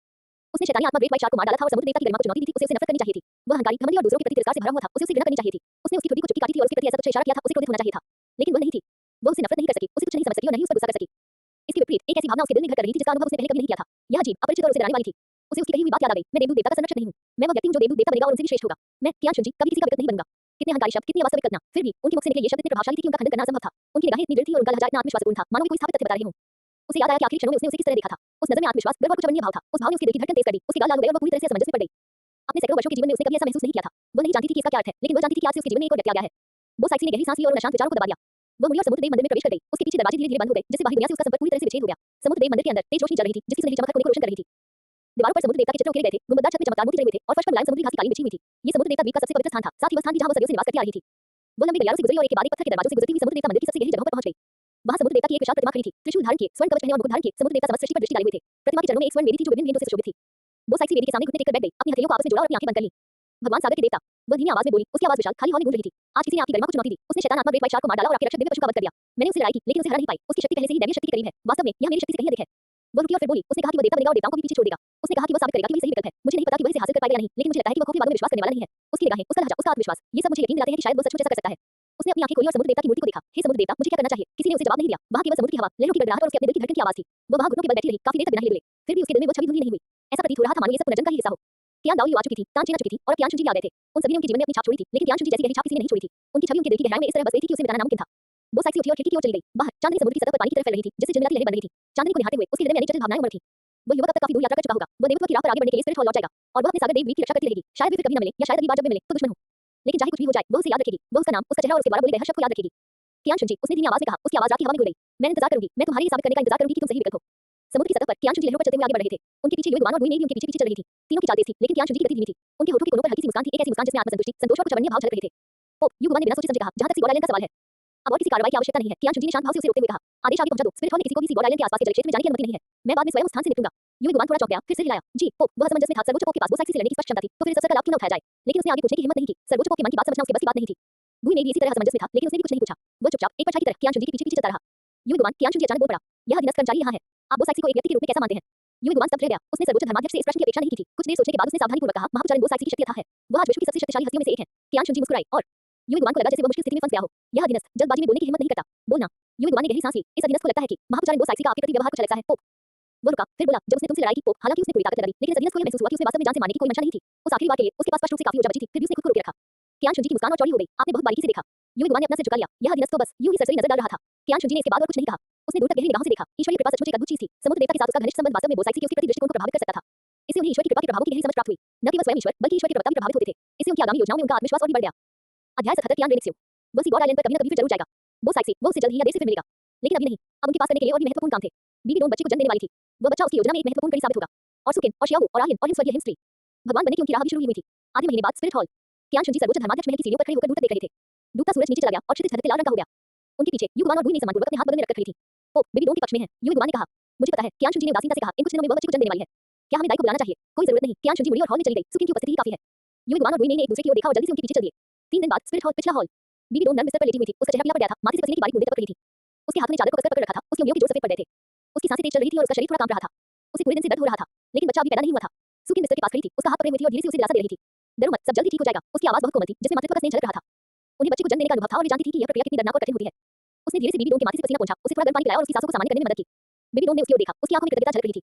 धन्यवाद। उसकी आवाज बहुत धीमी थी, जिसमें थोड़ी सी कंपन थी। सुकिन ने अपना सिर हिलाया। आपका स्वागत है, मुझे यही करना चाहिए। बीबी डोन ने दांत पीसते हुए बल लगाना जारी रखा। उसका शरीर कांप रहा था, उसकी चेतना धुंधली हो रही थी, लेकिन उसने हार नहीं मानी। यह उसका बच्चा था। वह बच्ची उसकी और शिक्षक की संतान थी। उसे इस बच्चे को जन्म देना ही होगा। तेज दर्द की एक और लहर उठी और बीबी डोन ने धीमी सी कराह निकाली। उसके हाथों ने सुकिन का हाथ कसकर पकड़ रखा था। उसके नाखून लगभग सुकिन के मांस में चुभ रहे थे। सुकिन ने बात टालने की कोशिश नहीं की, बस चुपचाप सब कुछ सहन किया और उसे दिलासा देती रही। बस पहुंचने ही वाले हैं, बस पहुंचने ही वाले हैं, थोड़ा और इंतजार करो। अंततः एक जोरदार चीख के बीच बच्चे का जन्म हुआ। वह एक लड़की थी। उसका पूरा चेहरा लाल और झुर्रीदार था, लेकिन उसकी चीख बहुत तेज थी। सुकिन ने उसे सावधानी से उठाया, एक नरम कपड़े में लपेटा और फिर उसे बीबी डोन के बगल में रख दिया। बीबी डोन ने उस नन्ही सी जान को देखा और उसकी आंखों में आंसू भर आए। वे खुशी के आंसू थे, राह के आंसू थे और मातृत्व के आंसू थे। उसने हाथ बढ़ाकर अपनी बेटी के गाल को धीरे से सहलाया। वह स्पर्श कोमल और गर्म था, जिसने उसके दिल में एक ऐसी भावना जगा दी जिसका अनुभव उसने पहले कभी नहीं किया था। यह एक लड़की है, सुकिन ने धीरे से कहा, और वह बहुत स्वस्थ है। बीबी डोन ने अपनी बेटी की ओर देखते हुए सिर हिलाया, उनकी आंखों में कोमलता भरी हुई थी। धन्यवाद सुकिन। सुकिन ने अपना सिर हिलाया। आपका स्वागत है। उसने बच्चे की ओर देखा, उसकी आंखों में ईर्ष्या झलक रही थी। वह बच्चा भी चाहती थी, एक बच्चा परम पादरी के साथ, लेकिन उसने ये कहने की हिम्मत नहीं की। वह चुपचाप एक तरफ खड़ी होकर बीबी डोन और उसकी बेटी को देखती रही। ठीक उसी क्षण दरवाजा खुल गया। कियान शुनजी अंदर आ गई। बीबी डोन ने अपना सिर उठाया और उसकी ओर देखा, उसकी आंखों में उम्मीद भरी हुई थी। शिक्षक जी, यह एक लड़की है। कियान शुनजी पलंग के पास गया और बच्चे को देखने के लिए अपना सिर नीचे झुकाया। उसकी आंखें अभी तक खुली नहीं थी, उसकी छोटी मुठियां कसकर बंद थी, उसका मुंह थोड़ा खुला हुआ था और वह हल्की-हल्की सांसें ले रही थी। उसका चेहरा लाल और झुर्रीदार था, लेकिन उसके चेहरे की बनावट बहुत ही नाजुक दिखाई दे रही थी। कियान शुनजी ने काफी देर तक देखा, उनका चेहरा शांत जल की तरह स्थिर था। उसने उदासीनता से कहा, उसका लहजा इतना सहज था मानो वह आज के मौसम के बारे में बात कर रहा हो। बीबी डोन ने उसकी ओर देखा, उसकी आंखों में दिख रही उम्मीद धीरे-धीरे निराशा में बदल गई। उसे लगा कि शिक्षिका खुश होगी, बच्ची को ले जाएगी और उसका नाम रख देगी। लेकिन उसने ऐसा नहीं किया। उसने बस उदासीनता से उसकी ओर एक नजर डाली और फिर कुछ नहीं हुआ। उसके दिल में थोड़ा दर्द हुआ। शिक्षक जी, क्या आप उसे पकड़ेंगे? बीबी डोन की आवाज बहुत धीमी थी, जिसमें थोड़ी सी कंपन थी। कियान शुनजी ने उसकी ओर एक नजर डाली। कोई जरूरत नहीं, उसने उदासीनता से कहा, आपको आराम करना चाहिए। वह मुड़कर जाने की तैयारी करने लगा। जब वह दरवाजे पर पहुंचा, तो वह रुक गया और पीछे मुड़े बिना बोला, जहां तक उसके नाम की बात है, तो चलिए उसे कियान रेनिक्स कहते हैं। उसके पीछे दरवाजा बंद हो गया। बीबी डोन ने उस दरवाजे की ओर देखा और उसकी आंखों से आंसू आखिरकार बंद निकले। उसे पता नहीं था कि वह किस बात की उम्मीद कर रही थी। वह महज एक नौकरानी थी जिसकी आध्यात्मिक शक्ति कमजोर हो गई थी, एक पिंजरे में कैद चिड़िया थी। उसने शिक्षक की बेटी को जन्म दिया था, लेकिन इससे कुछ भी नहीं बदल सका। शिक्षक की नजर में वह अभी महज एक उपकरण थी, एक उपयोगी उपकरण, लेकिन फिर भी एक उपकरण ही है। सुकिन ने बीबी डोन के आंसुओं को देखा, उसके दिल में जटिल भावनाएं उमड़ रही थी। वो चलकर आई और धीरे से बीबी डोन का हाथ थाम लिया। अब और मत रो, ये तुम्हारे स्वास्थ्य के लिए हानिकारक है। बीबी डोन ने उसकी तरफ देखा और एक कड़वी मुस्कान दी। मुझे बताओ, क्या मैं हास्यास्पद हूं? ये जानते हुए भी कि शिक्षक की नजर में मेरी कोई कीमत नहीं है, फिर भी मैं अनुमान लगाने से खुद को रोक नहीं पाता। सुकिन चुप हो गई। उसे समझ नहीं आ रहा था कि क्या जवाब दे, क्योंकि वह खुद ही ऐसी है, तो वह अलग कैसे हो सकती है? वह भी एक पिंजरे में बंद पक्षी थी, एक उपकरण थी। उन्हें भी यही उम्मीद थी और उन्हें निराशा भी हुई थी। लेकिन वह जानती थी कि इसके लिए कियान शुनजी को दोषी नहीं ठहराया जा सकता, क्योंकि शुरू से ही उन्हें चुनने का कोई अधिकार नहीं था। अच्छे से आराम करो, सुकिन ने धीरे से कहा, बच्चे को तुम्हारी जरूरत है। बीबी डोन ने सिर हिलाया, अपने आंसू पोंछे और अपनी बाहों में बैठी बेटी को देखा। कियान रेनिक्स, ये नाम शिक्षक ने उसे दिया था। वह उसकी अच्छी परवरिश करेगी। शिक्षक चाहे उसे किसी भी नजरिए से देखे, वह इस बच्ची की परवरिश अच्छे से करेगी। सुकिन एक तरफ खड़ी होकर बीबी डोन और उसकी बेटी को देख रही थी, उसका दिल ईर्ष्या से भरा हुआ था। वह बच्चा भी चाहती थी, एक बच्चा परम पादरी के साथ। उसे नहीं पता था कि उसकी यह इच्छा पूरी हो पाएगी या नहीं, लेकिन वह कड़ी मेहनत करेगी। वह परम पावन को प्रसन्न करने, उन्हें संतुष्ट करने, उन्हें खुश करने और उसे संतान देने के लिए राजी करने के लिए और भी अधिक मेहनत करेगी। उसने गहरी सांस ली और उन उलझे हुए विचारों को दबा दिया। मैं तुम्हारे लिए थोड़ा सूप बना देती हूं, उसने धीरे से कहा, तुमने अभी बच्चे को जन्म दिया है और तुम्हें अपने शरीर को पोषण देने की जरूरत है। बीबी डोन ने सिर हिलाया। धन्यवाद सुकिन। सुकिन ने अपना सिर हिलाया और जाने के लिए मुड़ गई। कमरे से बाहर निकलते हुए वह दीवार के सहारे खड़ी हो गई और अपनी आंखें बंद कर ली। उसका दिल जटिल भावनाओं से भरा हुआ था, ईर्ष्या, इच्छा और थोड़ी सी अनिच्छा। बीबी डोन ये कर सकती थी, लेकिन वो क्यों नहीं कर सकी? वो स्पष्ट रूप से बहुत मेहनती थी, स्पष्ट रूप से बहुत आज्ञाकारी थी, स्पष्ट रूप से बहुत। उसने अपनी आंखें खोली, उन्हें दृढ़ संकल्प की एक झलक दिखाई दी। उसे भी कड़ी मेहनत करनी होगी। उसे परम पावन के बच्चे को भी गर्भ धारण करना होगा। अगले कुछ दिनों में स्पिरिट हॉल में शांति लौट आई। सुकिन की देखरेख में बीबी डोन का शरीर बहुत जल्दी ठीक हो गया। कियान रेनिक्स भी बहुत स्वस्थ थी और दिन प्रतिदिन बड़ी हो रही थी। कियान शुनजी कभी कभार आकर जायजा लेते थे, लेकिन ज्यादातर समय वे कार्यालय में रहकर कामकाज संभालते थे। वह अपनी बेटी की परवाह नहीं करता था, बल्कि उसे महज एक महत्वहीन अस्तित्व मानता था। अध्याय 78। मैं कड़ी मेहनत करूंगा। बीबी डोन कभी-कभी सोचती थी, अगर उसके पास अभी भी आध्यात्मिक शक्ति होती, अगर वह भी स्पिरिट हॉल की पवित्र कन्या होती, तो क्या गुरुजी उसके साथ अलग तरह से व्यवहार करते? लेकिन वो जानती थी कि ये सब सिर्फ संभावनाएं थी। असलियत तो ये थी कि वह मात्र एक नौकरानी थी जिसमें आध्यात्मिक शक्ति नहीं थी, एक पिंजरे में कैद चिड़िया थी। उसका एकमात्र उद्देश्य स्वामी को प्रसन्न करना और उनके बच्चे को जन्म देना था। इसके अलावा वो बिल्कुल कुछ भी नहीं थी। सुकिन हर दिन कड़ी मेहनत करती थी। वो कियान शुनजी के दैनिक जीवन का अधिक ध्यान रखती थी, अधिक ध्यान से चाय और नाश्ता तैयार करती थी और अधिक ध्यान से उसकी सेवा करती थी। उसे उम्मीद थी कि वो उसकी अच्छाई को देख पाएगा, उसे एक मौका देगा और उसे बच्चा पैदा करने की अनुमति भी देगा। लेकिन कियान शुनजी ने उसके प्रयासों पर ध्यान नहीं दिया। उसने हमेशा की तरह उसकी सेवा को स्वीकार कर लिया, कभी कभार स्वीकृति का एक शब्द बोल देता था और इससे ज्यादा कुछ नहीं। सुकिन को थोड़ी निराशा हुई, लेकिन उसने हार नहीं मानी। वो जानती थी कि यह रास्ता बहुत लंबा है, उसे और अधिक धैर्य और अधिक प्रयास की आवश्यकता थी। 2 महीने बाद कियान रेनिक्स ने अपना 1 महीने पूरा करने का लक्ष्य हासिल कर लिया। कियान दाऊ लिवाई अपनी पोती पर एक नजर डाली, सिर हिलाया, कहा कि यह बुरा नहीं था और फिर चले गए। कई बुजुर्ग भी आए, बधाई के उपहार दिए, कुछ शिष्टाचारपूर्ण बातें की और फिर चले गए। कियान शुनजी पूरी घटना के दौरान मौजूद थे, लेकिन वे केवल मुख्य सीट पर बैठे रहे और सब कुछ उदासीनता से देखते रहे, मानो यह कोई मामूली असर हो। बेबी डोन ने कियान रेनिक्स को पकड़ रखा था और वही तरफ खड़ी थी। वह उन लोगों को आते जाते देखती रही, उनकी पाखंडी मुस्कानें देखती रही और उसके दिल में एक कड़वा डर सा महसूस हुआ। वह कभी स्पिरिट हॉल की पवित्र कन्या थी, एक ऐसी हस्ती जिसने सभी का ध्यान आकर्षित किया था। लेकिन अब वह महज एक नौकरानी थी जो कोने में खड़ी होकर अपने बच्चे को गोद में लिए दूसरों की चाहत को देख रही थी। सुकी उसके बगल में खड़ी हो गई और धीरे से उसे दिलासा देने लगी। दुखी मत हो, कम से कम तुम्हारे पास एक बच्चा तो है। बेबी डोन ने उसकी तरफ देखा और एक कड़वी मुस्कान दी। जी हाँ, कम से कम मेरे पास अभी भी एक बच्चा तो है। दोनों महिलाओं ने एक दूसरे की ओर देखा, उनकी आंखों में जटिल भावनाएं झलक रही थी। वे दोनों जानते थे कि इस जगह पर उनके पास कुछ भी नहीं है, न आजादी, न गरिमा, न भविष्य। उनके पास जीने, आगे मानने और उस आदमी को खुश करने के अलावा और कोई चारा नहीं था। यही उनका भाग्य था। उत्सव समारोह समाप्त होने के बाद कियान शुंजी अपने कार्यालय लौट गए। बेबी डोन कियान रेलिक्स को वापस कमरे में ले गई, उसे बिस्तर पर लिटाया और धीरे से उसे सुलाने की कोशिश की। सुकिन उसके पीछे-पीछे अंदर गई और कमरे को साफ करने में उसकी मदद की। सुकिन, बेबी डोन अचानक बोल पड़ी, हम, क्या आपको लगता है कि गुरुजी एक दिन हमारे साथ थोड़ा बेहतर व्यवहार करेंगे? सुकिन काफी देर तक चुप रही, फिर उसने अपना सिर हिलाया। मुझे नहीं पता, उसने धीमी आवाज में कहा, लेकिन मुझे पता है कि हम बहुत ज्यादा उम्मीद नहीं कर सकते। जितनी ज्यादा उम्मीद करेंगे, उतनी ही ज्यादा निराशा होगी। बेबी डोन ने उसकी ओर देखा, उसकी आंखों में आंसू झलक रहे थे। आप सही कह रहे हैं, हम जितनी अधिक अपेक्षा रखते हैं, निराशा उतनी ही अधिक होती है। उसने अपना सिर नीचे झुकाया और अपनी बाहों में बैठी बेटी को देखने लगी। कियान रेलिक्स पहले ही सो चुकी थी, उसके छोटे से चेहरे पर एक प्यारी सी मुस्कान अभी भी बनी हुई थी। उसे इस दुनिया की क्रूरता, उसकी मां की विनम्रता और उसके पिता के निर्दयी स्वभाव का कोई ज्ञान नहीं था। उसे बस इतना पता था कि अपनी मां की बाहों में वो बहुत गर्म और सुरक्षित महसूस करती थी। बेबी डोन ने अपनी बेटी के माथे पर धीरे से चुंबन किया। चाहे कुछ भी हो जाए, मां तुम्हारी रक्षा करेगी, उसने धीरे से कहा, चाहे कुछ भी हो जाए, मां तुम्हारी रक्षा करेगी। सुकी ने एक तरफ खड़ी होकर ये दृश्य देख रही थी, उसके दिल में कई तरह की भावनाएं उमड़ रही थी। वह बच्चा भी चाहती थी, एक ऐसा बच्चा जिसकी वो रक्षा कर सके, जिसे प्यार कर सके और जिस पर वह अपना भावनात्मक सहारा दे सके। उसने गहरी सांस ली और उन उलझे हुए विचारों को दबा दिया। उसे विश्वास था कि एक दिन उसके पास भी एक होगा। देर रात स्पिरिट हॉल गहरी नींद में सो गया। कियान शुंजी दफ्तर में बैठी खिड़की से बाहर चांदनी को देख रही थी। उसके हाथ में चाय का प्याला था, चाय पहले ही ठंडी हो चुकी थी, लेकिन उसे इसकी परवाह नहीं थी। उसके मन में वो साइकिल की आकृति लगातार कौंधती रहती थी। समुद्र देवता द्वीप की सबसे ऊंचे स्थान पर खड़ी वह महिला जिसने 2 दिन और 2 रात तक उसे लड़ाई की थी, वह महिला जिसकी टोली को उसने बिना किसी प्रतिरोध के चुटकी से दबा दिया था। ईश्वरीय कृपा वास्तव में एक अच्छी बात थी। इससे वो साइकिल के मन में उसके प्रति अनुकूल भावनाएं विकसित हुई और उसके दिल में उसकी गहरी छाप रह गई। लेकिन ये पर्याप्त नहीं था। वो केवल अनुकूल भावनाएं ही नहीं चाहता था। वो जो चाहता था वह था विजय प्राप्त करना, उसे अपने वश में करना और उसे स्वेच्छा से अपनी प्रेमिका बनाना। इसके लिए समय, धैर्य और अधिक प्रयास की आवश्यकता थी। लेकिन उन्हें कोई जल्दी नहीं थी, उनके पास काफी समय था। उसने चाय का कप नीचे रखा, खड़ा हुआ और खिड़की की ओर चल दिया। खिड़की के बाहर चांदनी पानी की तरह जमीन पर फैल रही थी और चांदी जैसी चमक बिखेर रही थी। उसे याद आया कि आज बीबी डोन ने उसे किस तरह से देखा था। उस निगाह में उम्मीद, निराशा और यहाँ तक कि हताशा का भी थोड़ा सा अंश था। वो जानता था कि वह क्या उम्मीद कर रही थी और वही भी जानता था कि वह निराश क्यों थी। लेकिन वह उसे और कुछ नहीं देगा। वह महज एक नौकरानी थी जिसकी आध्यात्मिक शक्ति छीन ली गई थी, एक पिंजरे में कैद चिड़िया थी। उसने एक बेटी को जन्म दिया था, लेकिन इसे कुछ भी नहीं बदल सका। उसकी नजरों में वह अभी महज एक उपकरण थी, एक उपयोगी उपकरण, लेकिन फिर भी एक उपकरण ही है। उसे याद आया कि सुकी ने आज बीबी डोन को किस तरह घूरकर देखा था। उस निगाह में ईर्ष्या, इच्छा और अनिच्छा का हल्का सा भाव था। वो जानता था कि वह भी बच्चा चाहती थी, लेकिन वह इसे उसे आसानी से नहीं देगा। उसे और अधिक मेहनत करने, अधिक आज्ञाकारी बनने और उसे अधिक संतुष्ट करने की आवश्यकता थी। जब वह काफी मेहनत करेगी, तब वह इस पर विचार करेगा। कियान शुंजी ने अपने विचारों को समेटा और कार्यालय से बाहर निकलने के लिए मुड़ गया। वो पीछे वाली गलियारे की ओर बढ़ा, सुकी के कमरे की ओर जा रहा था। आज रात उसे उसकी जरूरत थी। सुकी आराम करने की तैयारी कर रही थी, तभी उसने दरवाजे पर दस्तक सुनी, जिससे उसका दिल एक पल के लिए धड़कना भूल गया। उसने दरवाजा खोला और बाहर कियान शुंजी को खड़ा देखा, जिससे उसके दिल में जटिल भावनाएं उमड़ पड़ी। उम्मीद थी, घबराहट थी और थोड़ा सा डर भी था। पोप, उसने अपना सिर नीचे झुकाया और धीरे से कहा। कियान शुंजी ने कुछ नहीं कहा। वो बस कमरे में दाखिल हुआ, बिस्तर के पास बैठ गया और उसे देखने लगा। सुकी सिर झुकाए उसके सामने खड़ी थी, उसकी ओर देखने की हिम्मत नहीं कर रही थी। उसका दिल तेजी से धड़क रहा था और उसके हाथ हल्के से कांप रहे थे। इधर आओ, कियान शुंजी ने कहा। सुकी चलकर उसके पास आई और उसके सामने खड़ी हो गई। कियान शुंजी ने अपना हाथ बढ़ाया और उसे अपनी बाहों में भर लिया। सुकी उसकी छाती से लगकर उसकी धड़कन सुनने लगी। उसका दिल जटिल भावनाओं से भरा हुआ था। वह इस आदमी का बच्चा चाहती थी, लेकिन वो जानती थी कि इसमें समय लगेगा। वो केवल और अधिक मेहनत कर सकती थी, अधिक आज्ञाकारी बन सकती थी और उसे अधिक संतुष्ट कर सकती थी। पोप, उसने धीमी आवाज में कहा, मैं कड़ी मेहनत करूंगा। कियान शुंजी ने उसकी ओर नीचे देखा, उसके होठों के कोने हल्के से ऊपर की ओर मुड़ गए। मुझे पता है। उसने उसे उठाकर बिस्तर पर लिटा दिया। खिड़की के बाहर चांदनी पानी की तरह जमीन पर फैल रही थी और चांदी जैसी चमक बिखेर रही थी। एक नए दिन की शुरुआत होने वाली थी। सर्वोच्च धर्माध्यक्ष महल, कियान शुंजी का निजी कार्यालय। फर्श से छत तक फैली खिड़कियों से सूरज की रोशनी अंदर आ रही थी, जिससे कालीन पर एक गर्म सुनहरी आभा फैल रही थी। किताबों की अलमारियों पर रखी क्लासिक पुस्तकें बड़े करीने से व्यवस्थित थी, डेस्क पर फाइलें क्रमबद्ध तरीके से रखी थी और चंदन की हल्की सी खुशबू हवा में फैली हुई थी। सब कुछ सामान्य लग रहा था, लेकिन डेस्क के पीछे बैठा व्यक्ति गहरी सोच में डूबा हुआ था। अध्याय 79 आहीन का मार्ग। कियान शुंजी की उंगलियां डेस्क पर धीरे से थपथपा रही थी, जिससे एक कुरकुरी और लयबद्ध ध्वनि उत्पन्न हो रही थी। शांत दफ्तर में वह आवाज गूंज उठी, मानो कोई धुन न हो। उसकी नजर खिड़की के बाहर दूर तक फैली हुई थी, लेकिन उसके विचार और भी दूर भटक गए। सीबॉर्ड आइलैंड की यात्रा को 1 महीने से अधिक समय बीत चुका था। वो साइकिल के साथ उस युद्ध से उन्हें काफी लाभ प्राप्त हुआ। न केवल 200,000 साल पुरानी आत्मा की अंगूठियां और 200,000 साल पुरानी आत्मा की हड्डियां, बल्कि इससे भी महत्वपूर्ण बात यह है कि उन्होंने अपनी खुद की ताकत को सत्यापित किया। लेवल 99 शिखर, जुड़वां आत्माएं 800,000 साल के आत्मा वलय 12 देवदूत रूप धारण करते हैं। इस प्रकार की संरचना वर्तमान युग के सबसे शक्तिशाली प्राणियों का सीधे सामना करने के लिए पर्याप्त थी। वो साइकिल को समुद्र देवता का आशीर्वाद प्राप्त था, फिर भी वो उसे केवल बराबरी का मुकाबला ही कर सकी। अगर कोई और जगह होती तो उसे हराने का पूरा भरोसा था। लेकिन ये पर्याप्त नहीं था। वो न तो बराबरी चाहता था, नहीं हार, बल्कि पूर्णतः निर्णायक जीत चाहता था। वो एक देवता बनना चाहता था, देवताओं से भी ऊपर उठना चाहता था और सभी को इसमें से देखने के लिए प्रेरित करना चाहता था। इसलिए वह अपने कदमों को रोक नहीं सका। उसकी उंगलियां थपथपाना बंद हो गईं और उसकी निगाहें और भी गहरी हो गईं। इसके बाद पीएस स्काईसेट के मामलों से निपटने का समय आ गया था। तानचेन का पता आज तक अज्ञात है, कुछ का कहना है कि वह मर चुका है, कुछ का कहना है कि वह विदेश चला गया है और कुछ का कहना है कि वह कहीं एकांत में है। सच्चाई चाहे जो भी हो, पीएस स्काई संप्रदाय अब नेतृत्वहीन हो चुका था। हालांकि तान शियाओ और तान हाओ को पीएस स्काई जुड़वा के रूप में जाना जाता था, लेकिन अंततः केवल स्पिरिट डॉल स्तर पर ही थे और अभी तक टाइटल डॉल स्तर तक नहीं पहुंचे थे। स्पिरिट हॉल के हस्तक्षेप करने का ये बिल्कुल सही समय था। लेकिन पीएस स्काई एक्ट आखिरकार एक गहन आधार वाले शीर्ष 3 संप्रदायों का प्रमुख था, इसलिए वे जल्दबाजी में कार्रवाई नहीं कर सकते थे। उन्हें एक उपयुक्त सफलता का बिंदु खोजने की आवश्यकता थी, एक ऐसा कारण जो स्पिरिट हॉल को न्यायोचित रूप से हस्तक्षेप करने की अनुमति दे। वहां यह भी थी। 100,000 वर्ष पुराने नीले चांदी के सम्राट का मानव रूप में परिवर्तित होना एक ऐसा लक्ष्य था जिसे प्राप्त करने के लिए कियान शुंजी दृढ़ संकल्पित था। उसकी आत्मा की अंगूठी और आत्मा की हड्डी पते देवदूत की मार्शल आत्मा के लिए सबसे अच्छा टॉनिक थे। इसके अलावा उसका एक विशेष महत्व था। वो तान हाओ की भावी पत्नी और तान सांग की मां थी। यदि उसे उसके हाथों में वश में किया जा सकता, तो ये पीएस स्काई सेट की जीवन रेखा को थामने के बराबर होता। ये सोचकर कियान शुंजी के होठों के कोने हल्के से ऊपर उठ गए। उसने मेज पर रखी खुफिया जानकारी उठाई और उसे पढ़ा। खुफिया जानकारी से पता चला कि तान हाओ और तान शियाओ नाम के दो भाई हाल ही में हेवन दो साम्राज्य की सीमाओं के भीतर यात्रा कर रहे थे, जाहिर तौर पर किसी की तलाश में। उनके साथ साथ नीले बालों वाली एक बेहद खूबसूरत और सौम्य स्वभाव की महिला भी चल रही थी, जिसकी पहचान अज्ञात थी।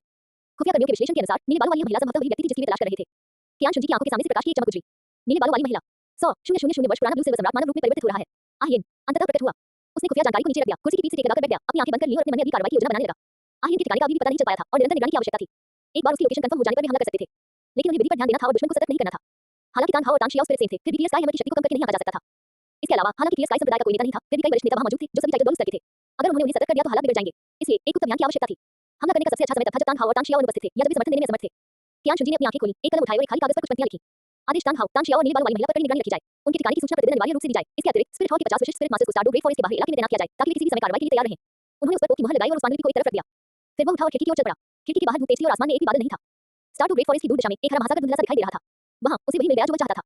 वहां उसे वह शिकार मिल गया जिसकी उसे जरूरत थी। उसके होठों के कोने हल्के से ऊपर उठे और उसकी आंखों में थोड़ी सी उम्मीद झलक उठी। आहिन, तुम बच नहीं सकती। अगले दिनों में कियान शुनजी को प्रतिदिन तानहाओ, तानशियाओ और आहिन के बारे में जानकारी मिलती रही। स्पिरिट हॉल के जासूसों ने उनकी गतिविधियों की पूरी जानकारी जुटा ली थी। एक शहर से दूसरे शहर तक, एक छोटे कस्बे से दूसरे छोटे कस्बे तक हर छोटी बड़ी जानकारी दर्ज करके कियान शुनजी के दफ्तर भेजी जाती थी। तानहाओ, तानशियाओ और नीले बालों वाली महिला आज हेमंत शहर के पश्चिम में कियान के कस्बे में दिखाई दी और एक सराय में ठहरे। नीले बालों वाली महिला अकेले खरीदारी करने निकली। तानहाओ उसकी सुरक्षा के लिए उसके साथ गया और तानशियाओ सराय में ही रुका रहा। नीले बालों वाली महिला आधे घंटे तक गेहूं की दुकान पर रुकी और उसने चांदी की एक खेप खरीदी। तानहाओ और नीले बालों वाली महिला ने सराय के पिछवाड़े में बातचीत का विषय ज्ञात था, लेकिन नीले बालों वाली महिला उदास लग रही थी। कियान शुनजी हर तरह की खुफिया जानकारी को ध्यानपूर्वक पढ़ता था। वह उनकी गतिविधि पैटर्न का विश्लेषण कर रहा था और हमला करने के लिए सबसे उपयुक्त समय की तलाश कर रहा था। तानहाओ और आहिन के बीच संबंध पहले से ही काफी घनिष्ठ हो चुके थे। वे अक्सर एक साथ अकेले समय बिताते थे और तानशियाओ कभी-कभी जानबूझकर उनसे बचता था। ऐसा प्रतीत होता था कि तानहाओ के मन में आहिन के लिए भावनाएं विकसित हो चुकी थी और आहिन की भी तानहाओ के प्रति सकारात्मक धारणा थी। ये बहुत खतरनाक था। यदि उन्हें आगे विकसित होने दिया जाता तो आहिन संभवतः मूर्ख की तरह ही तानहाओ की पत्नी बन जाती और तानसान को जन्म देती। उस समय उसे पकड़ना मुश्किल हो जाएगा। उन्हें यथाशीघ्र कार्रवाई करनी चाहिए। लेकिन कियान शुनजी जानता था कि वह जल्दबाजी नहीं कर सकता। आहिन का पता अभी तक नहीं चल पाया था और तानहाओ और तानशियाओ लगभग अविभाज्य थे। अगर उसने जल्दबाजी में कोई कदम उठाया तो इसे सीधे तौर पर संघर्ष लेने की संभावना थी। हालांकि वह तानहाओ और तानशियाओ से नहीं डरता था, लेकिन वह दुश्मन को सतर्क भी नहीं करना चाहता था। वह एक ही बार में सटीक निशाना लगाना चाहता था जो अचूक और त्रुटिरहित हो। इसलिए वह इंतजार कर रहा था, एक उपयुक्त अवसर की प्रतीक्षा में, एक ऐसे अवसर की प्रतीक्षा में जो आहिन को अकेले पीछे छोड़ सके। इंतजार करते करते एक महीना चुपचाप बीत गया। कियान शुनजी प्रतिदिन राज्य के मामलों को संभालती थी, आध्यात्मिक शक्ति का संवर्धन करती थी और कभी-कभी बीबी डोन और सुकिन के साथ जाती थी। दिन शाम जल की तरह शांति से बीतते गए, लेकिन उसका दिल हमेशा इंतजार करता रहा। उस अवसर के प्रकट होने की प्रतीक्षा कर रहा हूं। उस शाम कियान शुनजी दफ्तर में खुफिया जानकारी पढ़ रही थी, तभी दरवाजे के बाहर से दस्तक हुई। अंदर आए। दरवाजा खुला और बीबी डोन अंदर आ गई। उसने एक सादी सफेद लंबी पोशाक पहनी हुई थी, उसके बाल चांदी की हेयरपिन से बंधे हुए थे और उसने अपनी बाहों में एक शिशु को पकड़ रखा था। वह उसकी बेटी थी, जिसका जन्म हुए एक महीना हो चुका था। उसका शरीर काफी हद तक ठीक हो गया था, उसका रंग लालिमा लिए हुए था और उसका मनोबल भी काफी अच्छा था। लेकिन उसकी आंखों में हमेशा हल्की उदासी की झलक दिखाई देती थी। यह उदासी उस व्यक्ति की अनूठी भावना थी जो बहुत लंबे समय तक जेल में रहा हो। शिक्षिका, वह डेस्क के पास गई और धीरे से बोली। कियान शुनजी ने अपना सिर उठाया और उसे और उसकी गोद में मौजूद शिशु को देखा। बैंगनी आंखों, गोरी त्वचा और मनमोहक चेहरे की विशेषताओं के साथ वो शिशु काफी हद तक बीबी डोन जैसा दिखता था। उसकी आंखें पहले से ही खुली हुई थी, वह चारों ओर देख रही थी, इस दुनिया के बारे में जिज्ञासा से भरी हुई थी। कियान शुनजी ने उसे काफी देर तक देखा, उसका चेहरा शांत जल की तरह स्थिर था। उसने सहज भाव से कहा, कियान रेनेक्सू कैसी है? बेबी डोन ने अपना सिर उठाया और कियान शुनजी की ओर देखा, उसकी आंखों में कृतज्ञता भरी हुई थी। वह बहुत शांत है, आपकी चिंता के लिए धन्यवाद शिक्षक जी। उसकी आवाज भावनाओं से थोड़ी भर आ गई थी। कियान शुनजी ने उसकी ओर देखा, उसका चेहरा भी शांत था। तुम जा सकते हो। बेबी डोन ने सिर हिलाया, कियान रेनेक्सू को पकड़े हुए थी और जाने के लिए मुड़ गई। अध्याय 80 राक्षस देवता की पहली परीक्षा पूर्ण हुई। जब वह दरवाजे पर पहुंची तो रुक गई और पीछे मुड़कर देखा। कियान शुनजी ने अपना सिर नीचे कर लिया था और खुफिया रिपोर्टों को पढ़ना जारी रखा था। उसकी आंखों में थोड़ी सी निराशा झलक उठी, लेकिन जल्दी उसकी जगह कृतज्ञता ले ली। कम से कम शिक्षक ने बच्चे को एक नाम तो दे दिया था। इतना ही काफी था। उसने दरवाजा धक्का देकर खोला और बाहर चली गई। अपने कमरे में लौटकर बीबी डोन ने कियान रेनेक्सू को बिस्तर पर लेटाया और धीरे से उसे सुलाने की कोशिश की। उसके चेहरे पर एक सुखद मुस्कान थी। यहाँ आने के बाद ये पहली बार था जब उसने दिल से मुस्कुराया था। रेनेक्सू, उसने धीरे से कहा, मेरी रेनेक्सू। अपनी बेटी को देखकर उसके दिल में अभूतपूर्व शक्ति की लहर दौड़ गई। इस बच्ची की खातिर उसका जीवित रहना जरूरी है। चाहे हालात कितने भी कड़वे या कठिन क्यों न हो, उसे जीवित रहना ही था। ठीक उसी क्षण अचानक उसके दिमाग में एक गहरे लाल रंग की रोशनी चमक उठी। उस प्रकाश के भीतर एक विशाल पेट प्रकट हुआ। उसका पूरा शरीर काले कोहरे से ढका हुआ था। उसके हाथ में एक विशाल दरांती थी और वह खून जैसे लाल प्रकाश से घिरा हुआ था। राक्षस देवता, बेबी डोन। वह आवाज ठंडी और रासी थी जो सीधे उसके दिमाग में गूंज रही थी। तुम्हारी पहली परीक्षा पूरी हो चुकी है। बेबी डोन की पुतलियां थोड़ी सी खुल गईं। पहला मुकदमा, क्या वह महिला बनना चाहती है जिसके बिना कियान शुनजी नहीं रह सकता? क्या उसने इसे पूरा कर लिया था? उसने इसे कब पूरा किया था? राक्षस देवता की आवाज जारी रही, तुमने उसके लिए एक बच्चे को जन्म दिया है। ये बच्चा तुम दोनों के बीच का बंधन है। अब से वह तुम्हारे अस्तित्व को नजरअंदाज नहीं कर पाएगा। आप उनके जीवन का एक अपरिहार्य हिस्सा बन गए हैं। ये प्रथम परीक्षण की समापन शर्त है। बेबी डोन चुप हो गई। उसे यह उम्मीद नहीं थी कि बच्चे को जन्म देना भी मुकदमे का हिस्सा होगा। उसने शुरू में सोचा था कि पहले परीक्षण में उसे कियान शुनजी को प्रसन्न करना होगा और उसे अपने प्रति आसक्त करना होगा। लेकिन जैसा कि बाद में पता चला, केवल अपने बच्चे को जन्म देना ही काफी था। पुरस्कार के रूप में राक्षस देवता की आवाज एक बार फिर सुनाई दी, आपकी आत्मिक शक्ति तीसरे स्तर तक पुनः प्राप्त हो गई है। आवाज बंद होते ही शक्ति की एक गंध लहर बीबी डोन के शरीर में दौड़ गई। वो शक्ति उसके शरीर में प्रवाहित हुई, जिससे उसकी क्षतिग्रस्त नाड़ियों की मरम्मत हुई और उसकी सुप्त आध्यात्मिक शक्ति जागृत हुई। उसके दिल में एक जानी पहचानी भावना उमड़ आई। वह आध्यात्मिक शक्ति थी, बहुत पहले खोई हुई आध्यात्मिक शक्ति। हालांकि यह केवल तीसरे स्तर का था, लेकिन यह वास्तविक आध्यात्मिक शक्ति थी। बीबी डोन की आंखों में आंसू भर आए। वह इस दिन का बहुत लंबे समय से इंतजार कर रही थी। तीसरा स्तर तो बस शुरुआत है। राक्षस देवता की आवाज में प्रलोभन का संकेत था, आगे की परीक्षाओं को पूरा करते रहो और तुम्हारी शक्ति बढ़ती ही जाएगी। एक दिन आप अपनी पिछली शान को फिर से हासिल कर लेंगे और यहाँ तक कि अपने पूर्व स्वरूप से भी आगे निकल जाएंगे। बीबी डोन ने गहरी सांस ली और अपने आंसू पोंछ लिए। दूसरा मुकदमा क्या है? दूसरे परीक्षण के परिणाम जब आप तैयार होंगे तो आपको स्वाभाविक रूप से पता चल जाएंगे। राक्षस देवता की आवाज धीरे-धीरे मन पर गई, अपने प्रतिफल का भरपूर आनंद लो। गहरा लाल प्रकाश क्षीण हो गया और राक्षस देवता का प्रेत गायब हो गया। बीबी डोन पलंग के पास बैठी थी और अपने शरीर के भीतर आध्यात्मिक शक्ति के कमजोर उतार-चढ़ाव को महसूस कर रही थी। स्तर 30। हालांकि यह बहुत ऊंचा नहीं था, लेकिन एक शुरुआत थी। अंततः वह एक ऐसी बेकार इंसान नहीं रह गई थी जिसमें मुर्गी को बांधने की भी ताकत न हो। अंततः उसे अपनी और अपनी बेटी की रक्षा करने की क्षमता प्राप्त हो गई। अपनी बाहों में कियान रेनेक्सू को देखते हुए उसकी आंखों में दृढ़ संकल्प की एक झलक दिखाई दी। इस बच्चे की खातिर उसे सभी परीक्षाओं को पूरा करना होगा। उसे मजबूत बनना होगा। सुकी ने दरवाजा खोलकर अंदर प्रवेश किया और देखा कि बीबी डोन बिस्तर के पास बैठी हुई है और कुछ चिंतित लग रही है। क्या हुआ? क्या आपके शरीर में कोई तकलीफ है? बेबी डोन ने उसकी ओर देखते हुए अपना सिर हिलाया। उसकी आंखों में एक जटिल चमक दिखाई दी। सुकिन, क्या तुम्हें लगता है कि शिक्षक कभी हमारे साथ थोड़ा बेहतर व्यवहार करेंगे? सुकी ने एक पल के लिए चुप हो गई, फिर उसने अपना सिर हिलाया। मुझे नहीं पता, उसने धीरे से कहा, लेकिन मैं इतना जरूर जानती हूँ कि हम बहुत ज्यादा उम्मीद नहीं कर सकते। हम जितनी अधिक उम्मीदें रखते हैं, उतनी अधिक निराशा होती है। बेबी डोन ने उसकी तरफ देखा और एक कड़वी मुस्कान दी। आप सही कह रहे हैं, हम जितनी अधिक उम्मीदें रखते हैं, निराशा उतनी ही अधिक होती है। उसने अपना सिर झुकाया और अपनी बाहों में बैठी बेटी को देखा। लेकिन कम से कम वह मेरे पास है, यही काफी है। सुकी ने उसकी ओर देखा, उसकी आंखों में ईर्ष्या झलक रही थी। वह बच्चा भी चाहती थी, एक बच्चा परम पादरी के साथ। उसे नहीं पता था कि उसकी यह इच्छा पूरी हो पाएगी या नहीं, लेकिन वह कड़ी मेहनत करेगी। उसने गहरी सांस ली और उन उलझे हुए विचारों को दबा दिया। मैं तुम्हारे लिए थोड़ा सुबह देती हूँ, उसने धीरे से कहा। तुम्हारा प्रसवोत्तर आराम का महीना अभी खत्म हुआ है, तुम्हें अपने शरीर को पोषण देने की जरूरत है। बीबी डोन ने सिर हिलाया। धन्यवाद सुकिन। सुकिन ने अपना सिर हिलाया और जाने के लिए मुड़ गई। कमरे से बाहर निकलते हुए वह दीवार के सहारे खड़ी हो गई और अपनी आंखें बंद कर ली। उसका दिल जटिल भावनाओं से भरा हुआ था, ईर्ष्या, लालसा और यहाँ तक कि थोड़ी सी अनिच्छा भी। बीबी डोन ये कर सकती थी, लेकिन वो क्यों नहीं कर सकी? वो जाहिर तौर पर मेहनती भी थी, स्पष्ट रूप से आज्ञाकारी भी थी और स्पष्ट रूप से उसने अपनी आंखें खोली, उन्हें दृढ़ संकल्प की एक झलक दिखाई दी। उसे भी कड़ी मेहनत करनी होगी। उसे परम पावन के बच्चे को भी गर्भ धारण करना होगा। दफ्तर में कियान शुनजी ने खुफिया रिपोर्ट नीचे रख दी और अपनी कुर्सी की पीठ से लगाकर बैठ गया। उसकी उंगलियों ने डेस्कटॉप पर फिर से थपथपाया, जैसे कोई आवाज निकली। आहिन के ठिकाने का लगभग पता चल चुका था। वह तानहाओ और तानशियाओ का पीछा करते हुए हेमंत साम्राज्य के क्षेत्र में यात्रा कर रही थी। वे हेमंत सिटी, कियान की टाउन और कई छोटी गांवों में जा चुके थे। इस समय वे स्टार ग्रेट फॉरेस्ट की दिशा में आगे बढ़ रहे थे। द स्टार ग्रेट फॉरेस्ट, वह आहिन का गृह नगर था, वह स्थान जहां वह मानव रूप धारण करने से पहले रहती थी। शायद वह वापस जाकर देखना चाहती थी, या शायद वह दूसरों से छिपना चाहती थी। बहरहाल यह एक अवसर था। स्टार ग्रेट फॉरेस्ट सीन था, जब तक उसे अकेला छोड़ दिया जाता, तब तक कोई ना कोई मौका जरूर होता। कियान शुनजी खड़ी हुई और खिड़की की ओर चली गई। खिड़की के बाहर चांदनी पानी की तरह जमीन पर फैल रही थी, चांदी जैसी चमक के साथ जगमगा रही थी। उसके होठों के कोने हल्के से ऊपर उठ गए। हे यिन, तुम भाग नहीं सकती। वह मुड़ा, वापस डेस्क पर गया, एक कलम उठाया और एक नए कागज पर कुछ पंक्तियां लिखी। आदेश पारित करो। स्पिरिट हॉल के 100 विशिष्ट स्पिरिट मास्टर्स को 3 दिन बाद स्टार टू ग्रेट फॉरेस्ट की बाहरी परिधि पर एकत्रित होने के लिए जुटाओ। गोस्ट डॉलो और एल्डर के नेतृत्व में यूई गुमान ये सम्राट स्वयं आदेश देगा। उसने अपनी मुहर लगाई और पांडुलिपि को एक तरफ रख दिया। फिर वो दफ्तर से बाहर निकला और पीछे वाली गलियारे की ओर चल दिया। आज रात उसे सुकिन की जरूरत थी। उन्हें आराम करने और आगामी कार्यों के लिए तैयारी करने की आवश्यकता थी। सुकिन आराम करने की तैयारी ही कर रही थी कि तभी उसने दरवाजे पर दस्तक सुनी, जिससे उसका दिल एक पल के लिए धड़कना भूल गया। उसने दरवाजा खोला और बाहर कियान शुंजी को खड़ा देखा। उसके दिल में भावनाओं का एक जटिल सैलाब बनाया। उत्सुकता, घबराहट और यहाँ तक कि थोड़ा सा डर भी था। उसने अपना सिर झुकाकर धीरे से कहा। कियान शुंजी ने कुछ नहीं कहा। वो बस कमरे में दाखिल हुआ, बिस्तर के पास बैठ गया और उसे देखने लगा। सुकिन सिर झुकाए उसके सामने खड़ी थी, उसकी ओर देखने की हिम्मत नहीं कर रही थी। उसका दिल बहुत तेजी से धड़क रहा था और उसके हाथ हल्के से कांप रहे थे। इधर आओ, कियान शुंजी ने कहा। सुकिन चलकर उसके पास आई और उसके सामने खड़ी हो गई। कियान शुंजी ने अपना हाथ बढ़ाया और उसे अपनी बाहों में भर लिया। सुकिन उसकी छाती से लगकर उसकी धड़कन सुनने लगी। उसका दिल जटिल भावनाओं से भरा हुआ था। वो इस आदमी का बच्चा चाहती थी, लेकिन वो जानती थी कि इसमें समय लगेगा। वो केवल और अधिक मेहनत कर सकती थी, अधिक आज्ञाकारी बन सकती थी और उसे और भी अधिक संतुष्ट कर सकती थी। उसने धीरे से कहा, मैं कड़ी मेहनत करूंगा। कियान शुंजी ने अपना सिर झुकाकर उसकी ओर देखा। उसके होठों के कोने हल्के से ऊपर उठ गए। मुझे पता है। उसने उसे उठाकर बिस्तर पर लेटा दिया। खिड़की के बाहर चांदनी पानी की तरह जमीन पर फैल रही थी, चांदी जैसी चमक के साथ जगमगा रही थी। अध्याय 81 तानसेयाओ तानहाओ आहियन। अगली सुबह जब कियान शुंजी उठी तो सुकिन गहरी नींद में सो रही थी। वो उठा, अच्छे कपड़े पहने और कमरे से बाहर चला गया। सूर्य की रोशनी उस पर पड़ रही थी, जिससे वो सोने की परत से जगमगा रहा था। उसने गहरी सांस ली और एक नए दिन की शुरुआत हुई। अपने कार्यालय लौटकर कियान शुंजी ने सरकारी मामलों को संभालना जारी रखा। खुफिया रिपोर्टें एक के बाद एक आती रही और उन्हें एक-एक करके पढ़ा। आहियन का ठिकाना, तानहाओ और तानशियाओ की गतिविधियां, की स्काई सेट की कार्यप्रणाली और निश्चित 4 संप्रदायों की स्थिति, सब कुछ नियंत्रण में था। दोपहर में युगुबान रिपोर्ट करने आई। आहियन के ठिकाने की पुष्टि हो गई है। वो तानहाओ और तानशियाओ के साथ स्टार टू ग्रेट फॉरेस्ट की ओर जा रही है। उनके 3 दिनों में पहुंचने की उम्मीद है। कियान शुंजी ने सिर हिलाया। निगरानी जारी रखें, दुश्मन को सतर्क न करें। समझा। इसके अलावा बुनी को पहले से ही स्टार टू ग्रेट फॉरेस्ट के बाहरी इलाके में जाकर व्यवस्था करने के लिए सूचित कर दें। मैं ये सुनिश्चित करना चाहता हूं कि कुछ भी गड़बड़ न हो। समझा। युगुबान पीछे हट गया। कियान शुंजी अपनी कुर्सी की पीठ से टिककर बैठ गया और अपनी आंखें बंद कर ली। 3 दिन बाद वो अपना कदम उठाने वाला था। आहियन 1 लाख वर्ष के नीले चांदी के सम्राट थे जिन्होंने मानव रूप धारण किया था। उसकी स्पिरिट रिंग और spirit bone fallen angel martial soul के लिए सबसे अच्छा टॉनिक साबित होंगे। इसके अलावा उन्हें एक और विशेष गुण भी था। वो तानहाओ की भावी पत्नी और तानसान की मां थी। यदि उसे उसके हाथों में वश में किया जा सकता तो ये क्लियर स्काई सेट की जीवन रेखा को पकड़ने के बराबर होता। एक तीर से 2 निशाने। कियान शुंजी ने अपनी आंखें खोली, तब एक तेज रोशनी उनकी आंखों के सामने से गुजरी। सब कुछ योजना के अनुसार चल रहा था। 3 दिन बाद स्टार टू ग्रेट फॉरेस्ट की परिधि। स्पिरिट हॉल के 100 विशिष्ट सदस्य पहले ही एकत्रित हो चुके थे और सर्वोच्च धर्माध्यक्ष के आदेश की प्रतीक्षा कर रहे थे। कियान शुंजी टीम के सबसे आगे खड़े थे, उनके पीछे युगुबान और बुई नहीं थी। चल पड़ो, उसने धीमी आवाज में कहा। टीम चुपचाप जंगल में दाखिल हुई। कियान शुंजी ने किसी को भी आगाह किए बिना सर्वोच्च धर्माध्यक्ष महल के पिछले दरवाजे से बाहर निकल गया। सुबह की धूप अभी तक छटी नहीं थी और हवा में हल्की ठंडक महसूस हो रही थी। उसने गहरे नीले रंग की सैन्य पोशाक पहनी हुई थी, जिसके ऊपर गहरे भूरे रंग का लबादा था और उसकी कमर पर एक लंबी तलवार लटकी हुई थी। ये पहनावा उनके सामान्य राशि रूप से बिल्कुल अलग था, जिसमें वे सर्वोच्च धर्माध्यक्ष के वस्त्र पहने रहते थे। पहली नजर में वही साधारण यात्रा करने वाले स्पिरिट मास्टर की तरह ही दिखता था। युगुबान और बुई ने दरवाजे के पास हाथ झुकाए खड़ी थी। क्या आपको सचमुच हमारी जरूरत नहीं है? युगुबान ने चिंता भरी आंखों से फिर से पूछा। कियान शुंजी ने उसकी ओर एक नजर डाली। कोई जरूरत नहीं है। युगुबान कुछ और कहना चाहता था, लेकिन बुई ने धीरे से उसकी आस्तीन खींच ली। उसने अपना मुंह बंद कर लिया और कुछ नहीं बोला। तुम्हें उस व्यक्ति की जासूसी करने की क्षमता के बारे में अच्छी तरह पता होना चाहिए, कियान शुंजी ने उदासीनता से कहा। उसके आसपास होने से तानहाओ और बाकी लोग भाग नहीं सकते। तुम स्पिरिट हॉल में रहो, निचले 4 संप्रदायों पर नजर रखो और किसी भी तरह की गड़बड़ी न होने दो। समझ गया? दोनों ने एक साथ झुककर अभिवादन किया। कियान शुंजी ने फिर कुछ नहीं कहा। वो आगे बढ़ा और धीरे-धीरे उसकी आकृति धुंध में गायब हो गई। युगुबान और बुई ने अपनी जगह पर खड़े होकर उसकी पीठ को ओझल होते हुए देखते रहे और उन्होंने एक दूसरे की ओर देखा। दोनों की आंखों में श्रद्धा का भाव था। दिन और भी रहस्यमय होते जा रहे हैं, युगुबान ने धीरे से कहा। बुई ने बिना कुछ बोले सिर हिलाया। वो बस मुड़ा और एल्डर हॉल की दिशा में चल पड़ा। अभी बहुत कुछ करना बाकी था। वो परम पावन के भरोसे को नहीं तोड़ सकता था। स्पिरिट हॉल छोड़ने के बाद कियान शुंजी को यात्रा करने की कोई जल्दी नहीं थी। वो सीन वाले घोड़े पर सवार होकर आधिकारिक सड़क के किनारे दक्षिण पूर्व दिशा की ओर बढ़ रहा था। उसकी गति न तो तेज थी और न ही धीमी, बिल्कुल एक आम यात्री की तरह।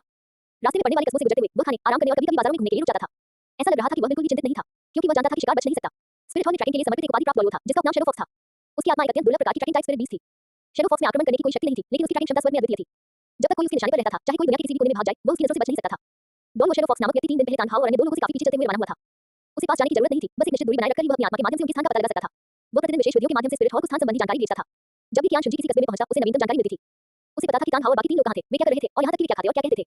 इसलिए उसे कोई जल्दी नहीं थी। उसके पास काफी समय था। कियान शुंजी को 3 दिन की यात्रा में 5 दिन लगे। जब वो स्टार टू ग्रेट फॉरेस्ट के बाहरी इलाके में पहुंचा, तब तक 5वें दिन की शाम हो चुकी थी। पश्चिम में डूबता हुआ सूरज क्षितिज पर ढलते लाल रंग का था। ढलते सूरज की रोशनी में घना जंगल जलते हुए आग के समुद्र जैसा दिख रहा था। कियान शुंजी ने अपने घोड़े की लगाम खींची और नीचे उतर गया। उसने सींग वाले घोड़े को एक बड़े पेड़ के पास बांध लिया और उसकी गर्दन पर थपथपाया। यहाँ इंतजार करें। घोड़े ने फुफकारा और घास चरने के लिए अपना सिर नीचे कर लिया। कियान शुंजी मुड़ा और जंगल की गहराई की ओर चल पड़ा।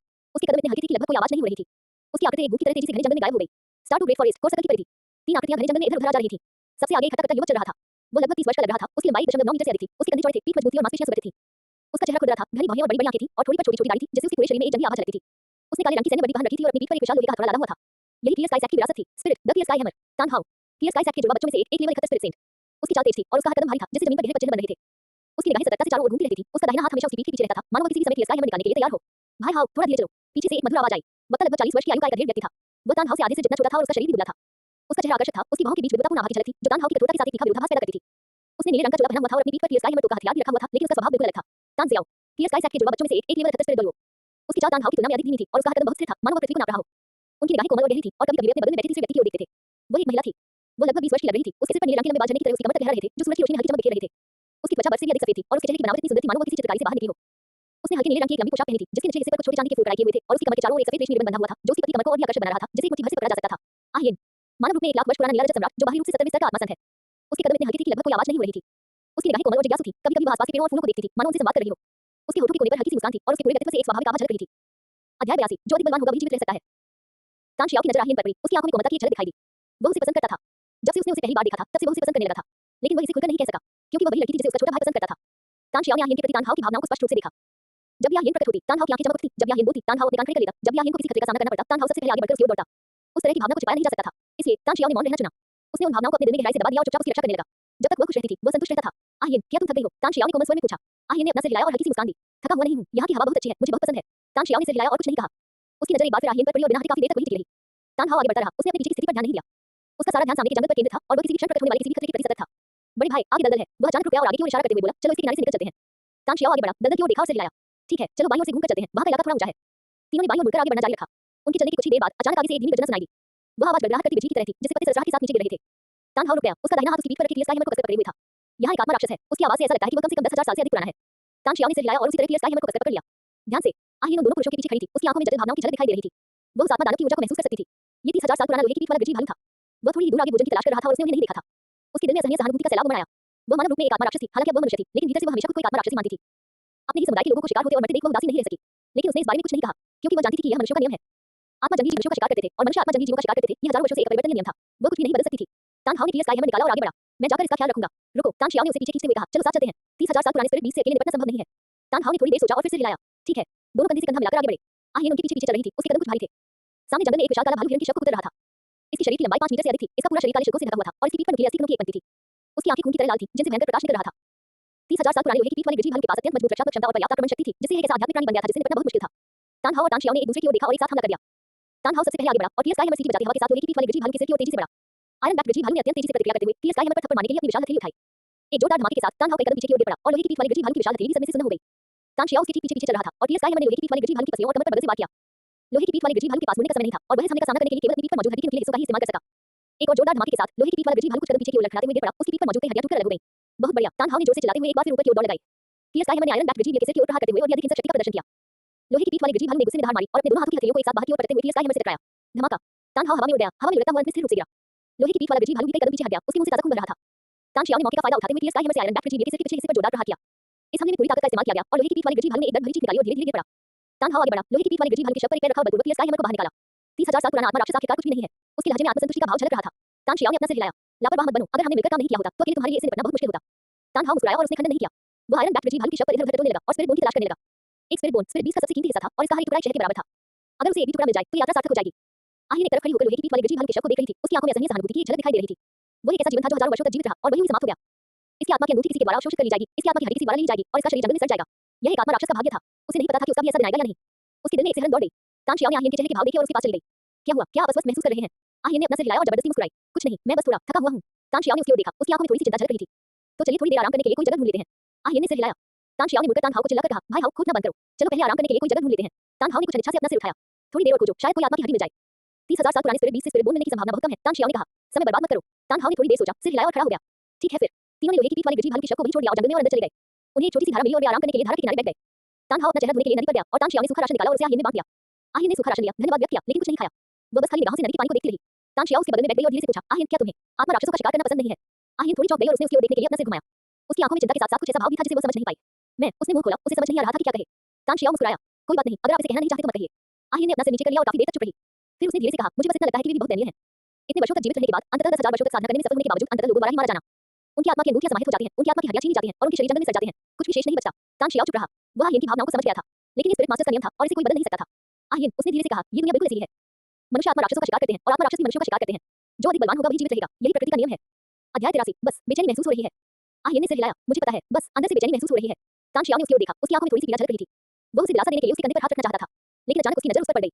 वह तानहाव की दिशा में देख रही थी, उसकी आंखों में एक विशेष प्रकार की चमक थी। तानशियाओ ने इस तरह की चमक पहले कभी नहीं देखी थी। उसका दिल अचानक बैठ गया। तो बस यही था जिसे वह पसंद करती थी, वह था ब्रदर हाउ। तानशियाओ का हाथ हवा में ही रुक गया, फिर धीरे-धीरे पीछे हट गया। उसकी आंखों में थोड़ी सी धुंधलापन झलका, लेकिन वह तुरंत गायब हो गया। वह मुस्कुराया और धीरे से बोला, भाई हाउ के पास जाकर एक नजर डाल लेता हूं, आप आराम कीजिए। वह उठा और तानहाव की ओर चल पड़ा। आहिन ने उसकी सामान्य स्थिति पर ध्यान नहीं दिया और बस नदी के पानी को निसंकोच देखती रही। तानहाव नदी किनारे अपना चेहरा धो रहा था और तानशियाओ को पास आते देख वह मुस्कुराया। बड़े भाई, यह पानी बहुत ठंडा है, क्या आप भी नहाना चाहेंगे? तानशियाओ ने अपना सिर हिलाया और उसके बगल में बैठ गया। भाई हाउ, आप आहिन के बारे में क्या सोचते हैं? तानहाव स्तब्ध रह गया। आपका क्या मतलब है? मैं क्या सोचता हूं? मेरा मतलब है, तानशियाओ ने एक पल सोचा, एक व्यक्ति के रूप में आप उसे कैसा पाते हैं? तानहाव ने अपना सिर खुजाया। वो काफी अच्छी है, सौम्य, सुंदर और अच्छे व्यक्तित्व वाली भी, आखिर क्या दिक्कत है? तानशियाओ ने उसकी ओर देखा, उसके दिल में एक जटिल भावना उमड़ रही थी। भाई हाउ, ओ भाई हाउ, क्या आप सच कुछ नहीं बता सकते? आहिन जिस तरह से आपको देखती है, वह दूसरों को देखने की उसी तरीके से अलग है, लेकिन वह इसे खुलकर नहीं कह सका। वह बस मुस्कुराया, कुछ नहीं, बस यूं ही पूछ रहा था। तानहाव ने इस बारे में ज्यादा नहीं सोचा और अपना चेहरा धोना जारी रखा। तानशियाओ उसके बगल में बैठा, नदी के पानी को देख रहा था, उसका दिल प्रवाह से भरा हुआ था। आधे घंटे आराम करने के बाद तीनों ने अपनी यात्रा जारी रखी। तानहाव सबसे आगे चल रहा था, तानशियाओ बीच में चल रहा था और आहिन सबसे पीछे चल रही थी। तानशियाओ समय-समय पर अपना सिर घुमाकर आहिन की ओर देखता था। उसके कदम हल्के रहे और उसके चेहरे पर सौम्य भाव बने रहे। लेकिन तानशियाओ जानती थी कि उसका दिल उसके साथ नहीं था। जैसे-जैसे आसमान में अंधेरा छाने लगा, तानहाव अचानक रुक गया। जल्दी ही अंधेरा होने वाला है, चलो डेरा डालने के लिए कोई जगह ढूंढ लेते हैं। तान शियाओ ने सिर हिलाया और चारों ओर देखा। आगे ऊंची जमीन वाला एक खुला मैदान था जो कैंपिंग के लिए उपयुक्त था। चलो यही डेरा डालते हैं। वे तीनों खुले मैदान में आए और तंबू लगाने लगे। तान हाओ जलाओ लकड़ी इकट्ठा करने के लिए जिम्मेदार था, तान शियाओ तंबू लगाने के लिए जिम्मेदार था और आहिन रात का खाना तैयार करने के लिए जिम्मेदार थी। काम का बंटवारा स्पष्ट था और उनका समन्वय मौन रूप से था। कुछ ही समय में तंबू लगा दिए गए और जलाओ लकड़ी इकट्ठा कर ली गई। तान शियाओ ने आग जलाई और आहिन ने सूखी राशन और पानी की बोतल को गर्म करने के लिए आग के पास रख दिया। तान हाओ आग के पास बैठ गया, नक्शा निकाला और कल की मार्ग का अध्ययन करने लगा। कल अगर हम 30 मील और अंदर की ओर चलें तो हमें 40,000 साल से अधिक पुराने एक आध्यात्मिक जानवर का सामना करने का मौका मिल सकता है। उसने नक्शे पर एक जगह की ओर इशारा करते हुए कहा, कहा जाता है कि यहीं पर 40,000 साल पुराना एक भयंकर बाघ रहता है। अगर हम उसका शिकार कर लें तो मेरी आत्मा की अंगूठी का रहस्य सुलझ जाएगा। तान शियाओ ने नक्शे को देखा और सिर हिलाया। उग्र ज्वाला बाघ से निपटना आसान नहीं है, समय आने पर सावधान रहें। निश्चिंत रहें, बिग ब्रदर यहाँ है, डरने की क्या बात है। तान हाओ मुस्कुराया। आहिन एक तरफ बैठकर उनकी बातचीत सुन रही थी और उसके मन में कुछ बेचैनी सी महसूस हो रही थी। 40,000 साल पुराने एक आत्मा प्राणी में पहले से ही काफी बुद्धि मौजूद थी। उसका शिकार करना आसान काम नहीं था। इसके अलावा उसे हमेशा ऐसा लगता था कि कोई छुपकर उन पर नजर रख रहा है। यह एहसास कुछ दिन पहले से शुरू हुआ था, लेकिन उसके पास कोई सबूत नहीं था और नहीं इस बारे में बात करना उचित था। आहिन, तुम्हें क्या हुआ है? तान शियाओ ने उसके चेहरे के भावों को देखा और चिंता से पूछा। आहिन ने अपना सिर हिलाया। कुछ नहीं, बस थोड़ी थकान महसूस हो रही है, तो जल्दी आराम कर लें। तान शियाओ ने कहा, हमें कल की यात्रा करनी है। आहिन ने सिर हिलाया और खड़ी होकर अपने तंबू की ओर चल पड़ी। उसने तान हाओ की ओर पीछे मुड़कर देखा, कुछ कहना चाहती थी, लेकिन अंततः कुछ नहीं कहा। वो चुपचाप तंबू में चली गई और पर्दा बंद कर दिया। तान शियाओ ने उसके तंबू की ओर देखा, उसकी आंखों में एक जलन चमक की झलक दिखाई दी। फिर उसने अपनी नजरें हटा ली और तान हाओ के साथ कल की मार्ग पर चर्चा जारी रखी। देर रात तक स्टार टू ग्रे फॉरेस्ट गहरी नींद में सो गया। रात के सन्नाटे को केवल कभी-कभार किसी जानवर की दहाड़ ही भंग करती थी। खुले मैदान में जल रही अलाव अभी भी सुलग रही थी, जिससे चटने की आवाजें आ रही थी। तान हाओ और तान शियाओ दोनों सो रहे थे, केवल आहिन अभी तक सोई नहीं थी। तंबू में लेटी हुई ऊपर लगे कैनवास को देखती हुई उसका मन असंख्य विचारों से भरा हुआ था। उसने दिन के समय देखे गए आयरन बैक भालू के बारे में सोचा और मृत्यु से पहले उसकी दुख भरी चीख को याद किया। उसके दिल की गहराई में बेचैनी की एक गहरी भावना उमड़ पड़ी। यह उस भालू की वजह से नहीं था, बल्कि इसलिए था क्योंकि उसे हमेशा लगता था कि कुछ बुरा होने वाला है। वह भावना धीरे-धीरे और तीव्र होती गई, जिससे उसके लिए सोना संभव हो गया। वो उठकर बैठ गई, तंबू का पर्दा उठाया और बाहर रात के आकाश की ओर देखने लगी। तारों से भरा आकाश बहुत ही शानदार था और आकाशगंगा उस पर फैली हुई थी। कितनी खूबसूरत रात, फिर भी उसका दिल उदासी से घिरा हुआ था। ठीक उसी क्षण उसने दूर से एक आकृति देखी। वो आकृति एक विशाल वृक्ष के नीचे स्थिर खड़ी थी, मानो इधर-उधर देख रही हो। आहिन का दिल जोर से धड़कने लगा। उसने अपनी आंखें मली और जब उसने दोबारा देखा तो वह आकृति पहले ही गायब हो चुकी थी। क्या यह एक भ्रम था? उसे नहीं पता था, लेकिन उसके दिल की बेचैनी और भी तीव्र हो गई। अगली सुबह वे तीनों जल्दी उठे, अपना सामान पैक किया और जंगल में और अंदर की ओर बढ़ते चले गए। आहिन सबसे पीछे चल रही थी और कभी-कभी अपना सिर घुमाकर उस दिशा की ओर देख रही थी जहां उसने कल रात उस आकृति को देखा था। वहां कुछ भी नहीं था, केवल घने पेड़ और पेड़ों की छाया ही दिखाई देती है। आहिन, जल्दी करो। तान हाओ ने आगे से चिल्लाकर कहा। आहिन ने अपनी नजरें हटा ली और उसके साथ चलने के लिए अपनी गति तेज कर दी। उसके दिल में वह आकृति हमेशा बसी रहती थी। वो व्यक्ति कौन था? वे वहां क्यों थे? वो इसका कारण नहीं समझ पाई और नहीं उसने इसके बारे में ज्यादा सोचने की हिम्मत की। जंगल और भी घना होता गया और रोशनी धीरे-धीरे कम होती गई। तान हाओ की गति तेज होती गई और तान शियाओ भी तेजी से सतर्क हो गया। वे पहले ही 10,000 साल पुराने स्पिरिट बीस्ट के सक्रिय क्षेत्र में प्रवेश कर चुके थे और किसी भी समय खतरे का सामना कर सकते थे। सावधान। तान शियाओ अचानक रुक गया और उसने अपना हाथ उठाया। तान हाओ भी रुक गया, उसका दाहिना हाथ स्काई हैमर को कसकर पकड़े हुए था। क्या गलत? आगे किसी आध्यात्मिक दानव की उपस्थिति का आभास हो रहा है। तान शियाओ ने अपनी आंखें बंद की और एक पल के लिए महसूस किया, ये बहुत शक्तिशाली है, कम से कम 50,000 साल या उससे भी अधिक पुराना। तान हाओ की आंखों में थोड़ी सी उत्तेजना झलक उठी। 50,000 साल, बहुत बढ़िया, अपनी ताकत परखने के लिए यह बिल्कुल सही समय है। तान शियाओ ने अपना सिर हिलाया। जल्दबाजी मत करो, 50,000 साल पुराने आत्मा दानव से निपटना इतना आसान नहीं है। कोई कदम उठाने से पहले थोड़ा अवलोकन कर लेते हैं। तान हाओ कुछ हद तक अनिच्छुक था, लेकिन फिर भी उसने सिर हिलाकर सहमति दी। ठीक है। वे तीनों सावधानीपूर्वक आगे बढ़े। झाड़ियों के एक हिस्से से गुजरते हुए आगे खुला मैदान दिखाई दिया। खुले मैदान में एक विशालकाय आत्मा राक्षस धूप सेक रहा था। वो एक विशालकाय बाघ था जो पूरी तरह से सुनहरा था, 10 मीटर से अधिक लंबा था और उसके पूरे शरीर से एक चकाचौंध भरी आभा निकल रही थी। उसकी पीठ पर सुनहरे पंखों की एक जोड़ी थी जो उसके किनारों से लिपटी हुई थी। उसकी आंखें सुनहरी थीं और इस समय वे बंद थीं, मानो सो रही हों। सुनहरे पंखों वाला बाघ। तान शियाओ ने धीमी आवाज में कहा, 50,000 साल से अधिक पुराना स्वर्ण पंखों वाला बाघ अत्यंत दुर्लभ है। इसकी गति तीव्र है, इसकी शक्ति महान है और यह उड़ भी सकता है। यह एक ऐसा आध्यात्मिक प्राणी है जिससे निपटना बहुत मुश्किल है। तान हाओ ने उस सुनहरे पंखों वाले बाघ को देखा, उसकी आंखों में लालच झलक रहा था। बड़े भाई, अगर हम साथ मिलकर ऊपर जाएं तो हम इसे गिराने में सक्षम होंगे। तान शियाओ ने थोड़ी देर सोचा और फिर सिर हिलाया। ठीक है, लेकिन सावधान रहना, मैं पहले उसका ध्यान अपनी ओर खींचूंगा और तुम मदद से हमला करना। आहिन, तुम पीछे रहना और पास मत आना। अध्याय 84, 50,000 वर्ष पुरानी आत्मा की हड्डी। आहिन ने सिर हिलाया और एक बड़े पेड़ के पीछे छिप गई। उसके हृदय में असहनीय दया की भावना उमड़ पड़ी। वो स्वर्ण पंखों वाला बाघ 50,000 वर्षों तक जीवित रहा और उसे यूं मार दिया गया, ये बहुत ही दुखद था। लेकिन उसने यह बात जोर से नहीं कही। वो जानती थी कि इसे जोर से बोलने का कोई फायदा नहीं होगा। तान शियाओ और तान हाओ ने एक ही समय पर हमला किया। तान शियाओ सबसे पहले बाहर निकला, फिर स्काई हैमर हवा में सीटी बजाता हुआ गोल्डन विंग टाइगर के सिर की ओर बढ़ा। सुनहरे पंखों वाले बाघ ने अचानक अपनी आंखें खोली, उसकी सुनहरी पुतलियों में क्रोध की एक झलक दिखाई दी। उसने अपनी विशाल हथेली उठाई और टीयर स्काई हैमर की ओर थप्पड़ मारा। बूम! तान शियाओ का एक कदम पीछे की ओर गिर गया और सुनहरे पंखों वाले बाघ की विशाल हथेली भी सुन्न होकर हिल गई। तान हाओ ने बगल से हमला करने का मौका लपक लिया और टीयर स्काई हैमर ने गोल्डन विंग टाइगर की कमर और पसलियों पर जोरदार प्रहार किया। सुनहरे पंखों वाले बाघ के पास मुड़ने का समय नहीं था और वह इस हमले को रोकने के लिए केवल अपने पंखों का ही उपयोग कर सका। एक और जोरदार धमाके के साथ सुनहरे पंखों वाला बाघ बुरी तरह से गिर पड़ा और कुछ कदम पीछे की ओर लड़खड़ा गया और उसके पंखों से कुछ पंख गिर गए। बहुत बढ़िया, तान हाओ ने जोर से चिल्लाते हुए कहा और फिर से ऊपर की ओर दौड़ पड़ा। टीयर स्काई हैमर ने गोल्डन विंग टाइगर के सिर की ओर प्रहार करते हुए और भी अधिक हिंसक शक्ति का प्रदर्शन किया। सुनहरे पंखों वाले बाघ ने दहाड़ लगाई, अपने पंख फैलाए और हवा में उड़ गया। ये हवा में एक बार चक्कर लगाकर नीचे झपटा और इसकी विशाल हथेली तान हाओ की ओर जोरदार प्रहार करते हुए गुजरी। तान हाओ समय पर बाढ़ से बचने में नाकाम रहा, थप्पड़ से हवा में उछल गया और एक बड़े पेड़ से बुरी तरह टकरा गया। उसके मुंह के कोने से खून टपक रहा था, लेकिन वो जल्दी से खड़ा हो गया। मैं ठीक हूं, जारी रखो। तान शियाओ तेजी से आगे बढ़ा और टीयर स्काई हैमर ने गोल्डन विंग टाइगर के पेड़ पर जोरदार प्रहार किया। सुनहरे पंखों वाला बाघ हवा में उछलकर हमले से बच गया और साथ ही साथ तान शियाओ की छाती की ओर अपने पंजों से हमला करने लगा। तान शियाओ से बचने के लिए एक तरफ हट गया, लेकिन फिर भी उसके वस्त्र में एक गहरा घाव हो गया। खुले मैदान में दो आदमियों और एक बाघ के बीच भयंकर लड़ाई हुई। तान हाओ और तान शियाओ ने मौन सहमति से सहयोग किया और धीरे-धीरे बढ़त हासिल कर ली। हालांकि गोल्डन विंग टाइगर शक्तिशाली था, लेकिन दो टीयर स्काई दोनों के संयुक्त प्रयास का सामना करने के बावजूद उसमें मुकाबला करने की ताकत की कमी थी। उसके शरीर पर कई और घाव दिखाई दिए और उन घावों से सुनहरा खून बहने लगा। आहिन विशाल वृक्ष के पीछे खड़ी होकर युद्ध देख रही थी, उसका हृदय असहनीय दया से भरा हुआ था। उसने अपनी आंखें बंद कर ली, अब देखने की हिम्मत नहीं कर रही थी। सुनहरे पंखों वाले बाघ की शोकून चीख उसके कानों तक पहुंची, हर चीख की चीख से अधिक तीखी थी। उसका दिल कांप रहा था। अंततः एक भीषण टक्कर के बाद सुनहरे पंखों वाले बाघ ने अंतिम शोकून चीख निकाली और धीरे-धीरे गिर पड़ा। तान हाओ और तान शियाओ उसकी लाश के सामने खड़े होकर जोर-जोर से हौंस रहे थे। दोनों के शरीर पर चोटें थीं, लेकिन उनकी आंखों में उत्साह झलक रहा था। 50,000 साल पुराना स्पिरिट बीस्ट तो कुछ भी नहीं है। तान हाओ हंसते हुए आगे बढ़ा और स्पिरिट बोन की तलाश शुरू कर दी। तान शियाओ आहिन के पास गई और चिंता से पूछा, आहिन, क्या तुम ठीक हो? आहिन ने सिर हिलाया और अनिच्छा से मुस्कुराते हुए कहा, मैं ठीक हूं। तान शियाओ ने उसकी ओर देखा, उसकी आंखों में थोड़ी चिंता झलक रही थी। क्या तुम्हें हमारा स्पिरिट बीस्ट का शिकार करना पसंद नहीं है? आहिन कुछ पल चुप रही, फिर धीरे से बोली, मुझे बस इतना लगता है कि वे भी बहुत दयनीय हैं। तान शियाओ चुप हो गया, उसे समझ नहीं आ रहा था कि क्या कहे। वो चुपचाप आहिन के बगल में खड़ा रहा, उसका साथ देता रहा। तान हाओ ने सुनहरे पंखों वाले बाघ की शव की काफी देर तक खोजबीन की और अंत में उसे एक सोने की हड्डी मिली। बड़े भाई, एक स्पिरिट बोन है, स्वर्ण पंखों वाला बाघ दाहिनी टांग की हड्डी। तान शियाओ चलकर पास आया, स्पिरिट बोन को देखा और सिर हिलाया। बुरा नहीं है, 50,000 साल पुरानी स्पिरिट बोन अनमोल है, इसे अपने पास रखो। तान हाओ मुस्कुराया और स्पिरिट बोन को अपनी बाहों में समेट लिया। ये यात्रा वाकई सार्थक रही। वे तीनों जंगल में काफी अंदर तक चलते रहे। आहिन सबसे पीछे चल रही थी और उसने सुनहरे पंखों वाले बाघ की शव पर एक नजर डाली। उसकी आंखें अभी भी खुली थी और उसकी सुनहरी पुतलियों में मरने से पहले की रोशनी अभी भी बरकरार प्रतीत हो रही थी। उसके हृदय में गहरा दुख मनाया। यही स्पिरिट बीस्ट का भाग्य था। उसे नहीं पता था कि उसका भी ऐसा दिन आएगा या नहीं। उसने अपनी नजरें हटा ली और उसके साथ चलने के लिए अपनी गति तेज कर दी। उसके दिल में वह आकृति एक बार फिर उभर आई। उस विशाल वृक्ष के नीचे खड़ी वह आकृति जिसका चेहरा स्पष्ट रूप से दिखाई नहीं दे रहा था। वह नहीं जानती थी कि वह कौन है, लेकिन वह जानती थी कि वह उन्हें जरूर देख रहा होगा। वह निश्चित रूप से था। कुछ दूरी पर स्थित एक विशाल पेड़ पर कियान शुंजी अपने हाथ पीठ के पीछे बांधकर खड़ा था। उसकी निगाह पेड़ों की घनी छायाओं को घेरते हुए उन तीन आकृतियों पर टिक गई। तान हाओ, तान ज़ियाओ, आहियन। शिकार ठीक उसकी आंखों के सामने था। उसके होठों के कोने हल्के से ऊपर की ओर मुड़ गए। उसकी आंखों में चंचल आनंद की झलक दिखाई दी। कोई जल्दी नहीं थी। थोड़ी देर प्रतीक्षा करें। उपयुक्त अवसर की प्रतीक्षा करें। वह एक ही स्ट्राइक में निश्चित चाहता था। वह पूर्णतः त्रुटि रहित समाधान चाहता था। उसकी आकृति हवा के झोंके की तरह पेड़ों की चोटियों में गायब हो गई, बिल्कुल खामोश और निशानहीन। रात हो गई और स्टारडू ग्रेट फॉरेस्ट गहरी नींद में सो गया। दिन भर की चहल-पहल थम सी गई थी। केवल कभी-कभार किसी जानवर की दहाड़ अंधेरे में गूंज रही थी, मानो प्राचीन काल की कोई आह हो। घने पेड़ों की पत्तियों के बीच से चांदनी छनकर आ रही थी, जिससे जमीन पर धब्बेदार रोशनी और छाया पड़ रही थी। वो रोशनी और परछाइयां हवा के साथ ऐसे लहरा रही थी मानो भूत नाच रहे हों। हवा में मिट्टी की नम गंध, वनस्पतियों की ताजी सुगंध और खून की हल्की सी महक घुली हुई थी। दिन के दौरान हुई लड़ाई के यही निशान बचे थे। खुले मैदान में तीन तंबू त्रिकोणीय आकार में लगाए गए थे। तान हाओ का तंबू सबसे आगे था, तान शियाओ का बाईं ओर और आहियन का दाईं ओर। तंबू बड़े नहीं थे, लेकिन एक व्यक्ति के आराम करने के लिए पर्याप्त थे। तंबू के पर्दे कसकर बंद कर दिए गए थे, जिससे बाहरी दुनिया से सब कुछ अलग हो गया था। तान हाओ के तंबू के अंदर से लगातार सांस लेने की आवाज आ रही थी। वह बहुत गहरी नींद सोया। दिन भर की लड़ाई ने उसकी शारीरिक शक्ति का बहुत कुछ समाप्त कर दिया था और साथ ही गोल्डन विंग टाइगर के शिकार ने भी उसकी ऊर्जा को और कम कर दिया था। दाहिनी टांग की हड्डी उसे खुश कर रही थी और लेटे ही उसे नींद आ गई। उसके होठों के कोने पर हल्की सी मुस्कान भी थी, मानो वो कोई सुखद सपना देख रहा हो। तान शियाओ के तंबू के अंदर भी उतनी ही शांति थी। वह भी सो रहा था, लेकिन बहुत हल्की नींद सो रहा था। वर्षों के अनुभवों ने उन्हें हर समय सतर्क रहने की आदत डाल दी थी, यहाँ तक कि नींद में भी उनकी चेतनाओं के आसपास की हर चीज पर नजर रखती थी। जरा सी भी हलचल उसे तुरंत जगा सकती थी। आहियन के तंबू के अंदर घोर अंधेरा था। उसने न तो दीपक जलाया और न ही सोई। वह अपने स्लीपिंग बैग में आंखें खोलकर लेटी हुई थी और अपने सिर के ऊपर लगे तंबू के कैनवास को देख रही थी। उसके मन में दिन भर के दृश्य बार-बार कौंधते रहे। वो सुनहरे पंखों वाला बाग, उसकी सुनहरी पुतलियां, उसकी तीखी शोक कुंची के और गिरते समय उसकी आंखों में दिखाई देने वाली अनिच्छा। वे दृश्य किसी बुरे सपने की तरह थे, जो उसे जकड़ लेते थे और उसके लिए सोना असंभव बना देते थे। वो करवट बदल कर लेट गई, अपनी आंखें बंद कर लीं और खुद को शांत करने की कोशिश करने लगी। लेकिन वे दृश्य और भी स्पष्ट हो गए। उसने वहां पड़े सुनहरे पंखों वाले बाग के शव को देखा, जिसे अन्य आत्मा राक्षस उतर रहे थे। उसने चांदी में उसके कंकाल को हल्की सफेद रोशनी से चमकते हुए देखा। उसने उसकी आत्मा को हवा में बहते हुए देखा। आहियन ने अचानक अपनी आंखें खोली और उठकर बैठ गई। उसका दिल तेजी से धड़क रहा था और उसकी सांसें भी तेज चल रही थी। उसने खुद को शांत करने की कोशिश करते हुए अपनी छाती को ढांक लिया। लेकिन वह इच्छा और भी प्रबल होती चली गई। उसे जाकर देखना जरूरी था। जाकर उस सुनहरे पंखों वाले बाग को देख लीजिए। जाकर उसका शव देख लो। इसके लिए कुछ करो। यही उसका फर्ज था। उसने तंबू का पर्दा उठाया और अपना सिर बाहर निकाला। चांदी की ठंडी किरणें उसके चेहरे पर पड़ रही थी, जो पानी की तरह ठंडी थी। उसने तान हाओ के तंबू की ओर देखा। वहां एकदम सन्नाटा था, पर्दा कसकर बंद था, कोई आवाज नहीं आ रही थी। उसने एक बार फिर तान शियाओ के तंबू की ओर देखा। वहां भी उतनी ही शांति थी। उसने राहत की सांस ली, चुपचाप तंबू से बाहर निकली, अपने जूते पहने और शिविर से बाहर चली गई। उसके कदम बहुत हल्के थे, लगभग कोई आवाज नहीं आ रही थी। उसकी आकृति पल भर में जंगल में एक भूत की तरह गायब हो गई। अध्याय 85 तान शियाओ का संघर्ष। तान शियाओ के तंबू के अंदर तान शियाओ ने अपनी आंखें खोली। उसे आभास हो गया कि आहियन जा रही है। ऐसा नहीं था कि उसने कोई आवाज सुनी हो, बल्कि उसने महसूस किया कि उसकी आवाज धीरे-धीरे लुप्त हो रही है। वो हिला तक नहीं, बस चुपचाप वहीं लेटा रहा। वो उसके पीछे जाने को लेकर दुविधा में था। आहियन क्यों जाना चाहती थी?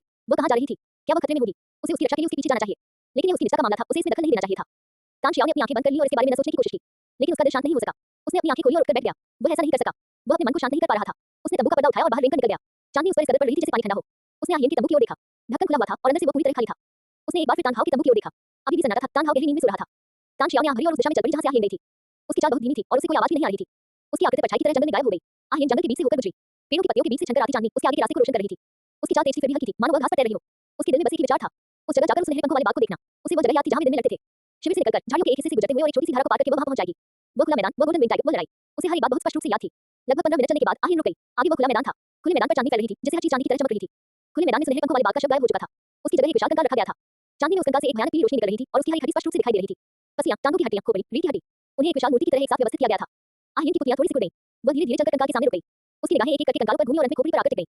उस खोपड़ी पर दो खोखले नेत्र द्वार थे, जहां कभी सुनहरी आंखों की एक जोड़ी स्थित थी। दिन के समय उन आंखों में जीवन की रोशनी की चमक अभी भी झलकती थी, लेकिन इस समय उन्हें केवल खालीपन ही बचा था। आहियन नीचे बैठ गई, हाथ बढ़ाया और धीरे से खोपड़ी को छुआ। स्पष्ट ठंडा और खुरदरा था, जिसमें मृत्यु का आभास समाया हुआ था। उसकी उंगलियां खोपड़ी पर, आंखों के गड्ढों पर, नाक के पुल पर और दांतों पर फिसलती गईं। हर दाग उसे पीड़ा देता था। उसे दिन के दौरान सुनहरे पंखों वाले बाग की दर्दनाक चीख और उसके गिरने के समय उसकी आंखों में दिख रहे भाव याद आ गए। उसके दिल में अपराध बोध की गहरी भावना उमड़ रही थी। मुझे माफ करें, हमने तुम्हें मार डाला, हमने तुम्हारी जान ले ली। आपकी आत्मा की अंगूठी समाहित हो जाएगी। तुम्हारी आत्मा की अस्थि ले ली जाएगी। तुम्हारा शरीर खा लिया जाएगा। तुमने अपने पीछे कुछ नहीं छोड़ा। आहियन की आंखों में आंसू भर आए। उसने अपनी आंखें बंद की और गहरी सांस ली। फिर उसका शरीर चमकने लगा। उसके शरीर के भीतर से नीली रोशनी निकली। वो रोशनी बसंत की धूप की तरह कोमल और गर्म थी। प्रकाश के बीच नीली चांदी की घास की लंठी जमीन से निकलकर उस कंकाल की ओर बढ़ रही थी। ब्लू सिल्वर ग्रास ही उसकी आत्मा थी, उसका हुक्म था, उसका जीवन था। वे कोमल और लचीले थे, जिनमें जीवन की जीवंतता समाहित थी। नीली चांदी घास कंकाल को बांधना 1, 2, 10, 100 धागे। उन्होंने हर एक हड्डी को ढक दिया, पूरे कंकाल को लपेट दिया। दूर से देखने पर यह नीले रंग के मलबे जैसा दिखता था। नीली चांदी जैसी घास चमक उठी। वो प्रकाश आहियन के शरीर पर पड़ रहे प्रकाश का पूरक था, जिससे पूरा मैदान नीले रंग में रंग गया। आहियन कंकाल के सामने घुटने टेककर बैठ गई, अपनी हथेलियों को आपस में दबाया और अपनी आंखें बंद कर लीं। वह इस सुनहरे पंखों वाले बाग के लिए पश्चाताप कर रही थी, उसे सांत्वना दे रही थी और प्रार्थना कर रही थी। मुझे माफ करें, हमें क्षमा कर दीजिए। आपकी आत्मा को शांति मिले। मुझे माफ वह इस सुनहरे पंखों वाले बाग के लिए पश्चाताप कर रही थी, उसे सांत्वना दे रही थी और प्रार्थना कर रही थी। मुझे माफ करें, हमें क्षमा आपकी आत्मा को शांति मिले। नीली चांदी जैसी घास धीरे-धीरे लहरा रही थी, मानो वो उसे जवाब दे रही हो। हवा से सरसराहट की आवाज आई, मानो सुनहरे पंखों वाले बाग किया हो। आहियन के आंसू नीचे फिसलते हुए नीली चांदी की घास पर, कंकाल पर और जमीन पर गिरे। शांति से विश्राम करो, उसने धीमी आवाज में कहा। उसकी आवाज रात की हवा में गूंज रही थी। अगले जन्म में अब प्रेत राक्षस मत बनना, एक इंसान बनना, एक ऐसा इंसान बनना जिसका शिकार न किया जा सके। नीली चांदी जैसी घास की चमक धीरे-धीरे फीकी पड़ गई, लेकिन वे अभी भी कंकाल को एक सुरक्षात्मक परत की तरह बांधे हुए थी। आहियन काफी देर तक बिना हिले डुले वहीं घुटनों के बल बैठी रही। तान शियाओ दूर एक पेड़ के पीछे खड़ा होकर ये दृश्य देख रहा था। उसकी निगाहें आहियन पर, उन नीली चांदी जैसी घासों पर और उस कंकाल पर पड़ी जो नीली चांदी जैसी घासों से ढका हुआ था। वो क्या कर रही है? वो क्यों रो रही है? तान शियाओ के दिल में अनगिनत सवाल उमड़ रहे थे, लेकिन वो आगे नहीं बढ़ा। वो चुपचाप वहीं खड़ा रहा और आहियन की पीठ को देखता रहा। चांदी रात में वो पीठ बेहद अकेली और बेहद दुखी प्रतीत हो रही थी। उसका दिल दुख रहा था। उसे पता नहीं था कि उसका दिल क्यों दुख रहा है। क्या यह आहियन के लिए था या किसी और चीज के लिए? उसे पता नहीं था। वो बस इतना जानता था कि वो उसके पास जाना चाहता है, उसे अपनी बाहों में भर लेना चाहता है, उसे कहना चाहता है कि रोना मत और उसे बताना चाहता है कि सब ठीक हो जाएगा। लेकिन वो हिला तक नहीं, क्योंकि वो जानता था कि उसके पास वो योग्यता नहीं है। तान शियाओ वहां एक शांत पेड़ की तरह खड़ा था। उसकी निगाहें लगातार आहियन पर टिकी रहीं, कभी हटी नहीं। आहियन बहुत देर तक घुटनों के बल बैठी रही। चांदी आसमान में पूर्व से पश्चिम की ओर बढ़ती हुई गति कर रही थी। रात की हवा चली, पत्तियां सरसराईं और दूर से जानवरों की दहाड़ें गूंज उठी। लेकिन आहियन हिली नहीं। वो वहीं घुटनों के बल बैठी रही, हथेलियों को आपस में जोड़कर उस सुनहरे पंखों वाले बाग के लिए प्रार्थना करती रही।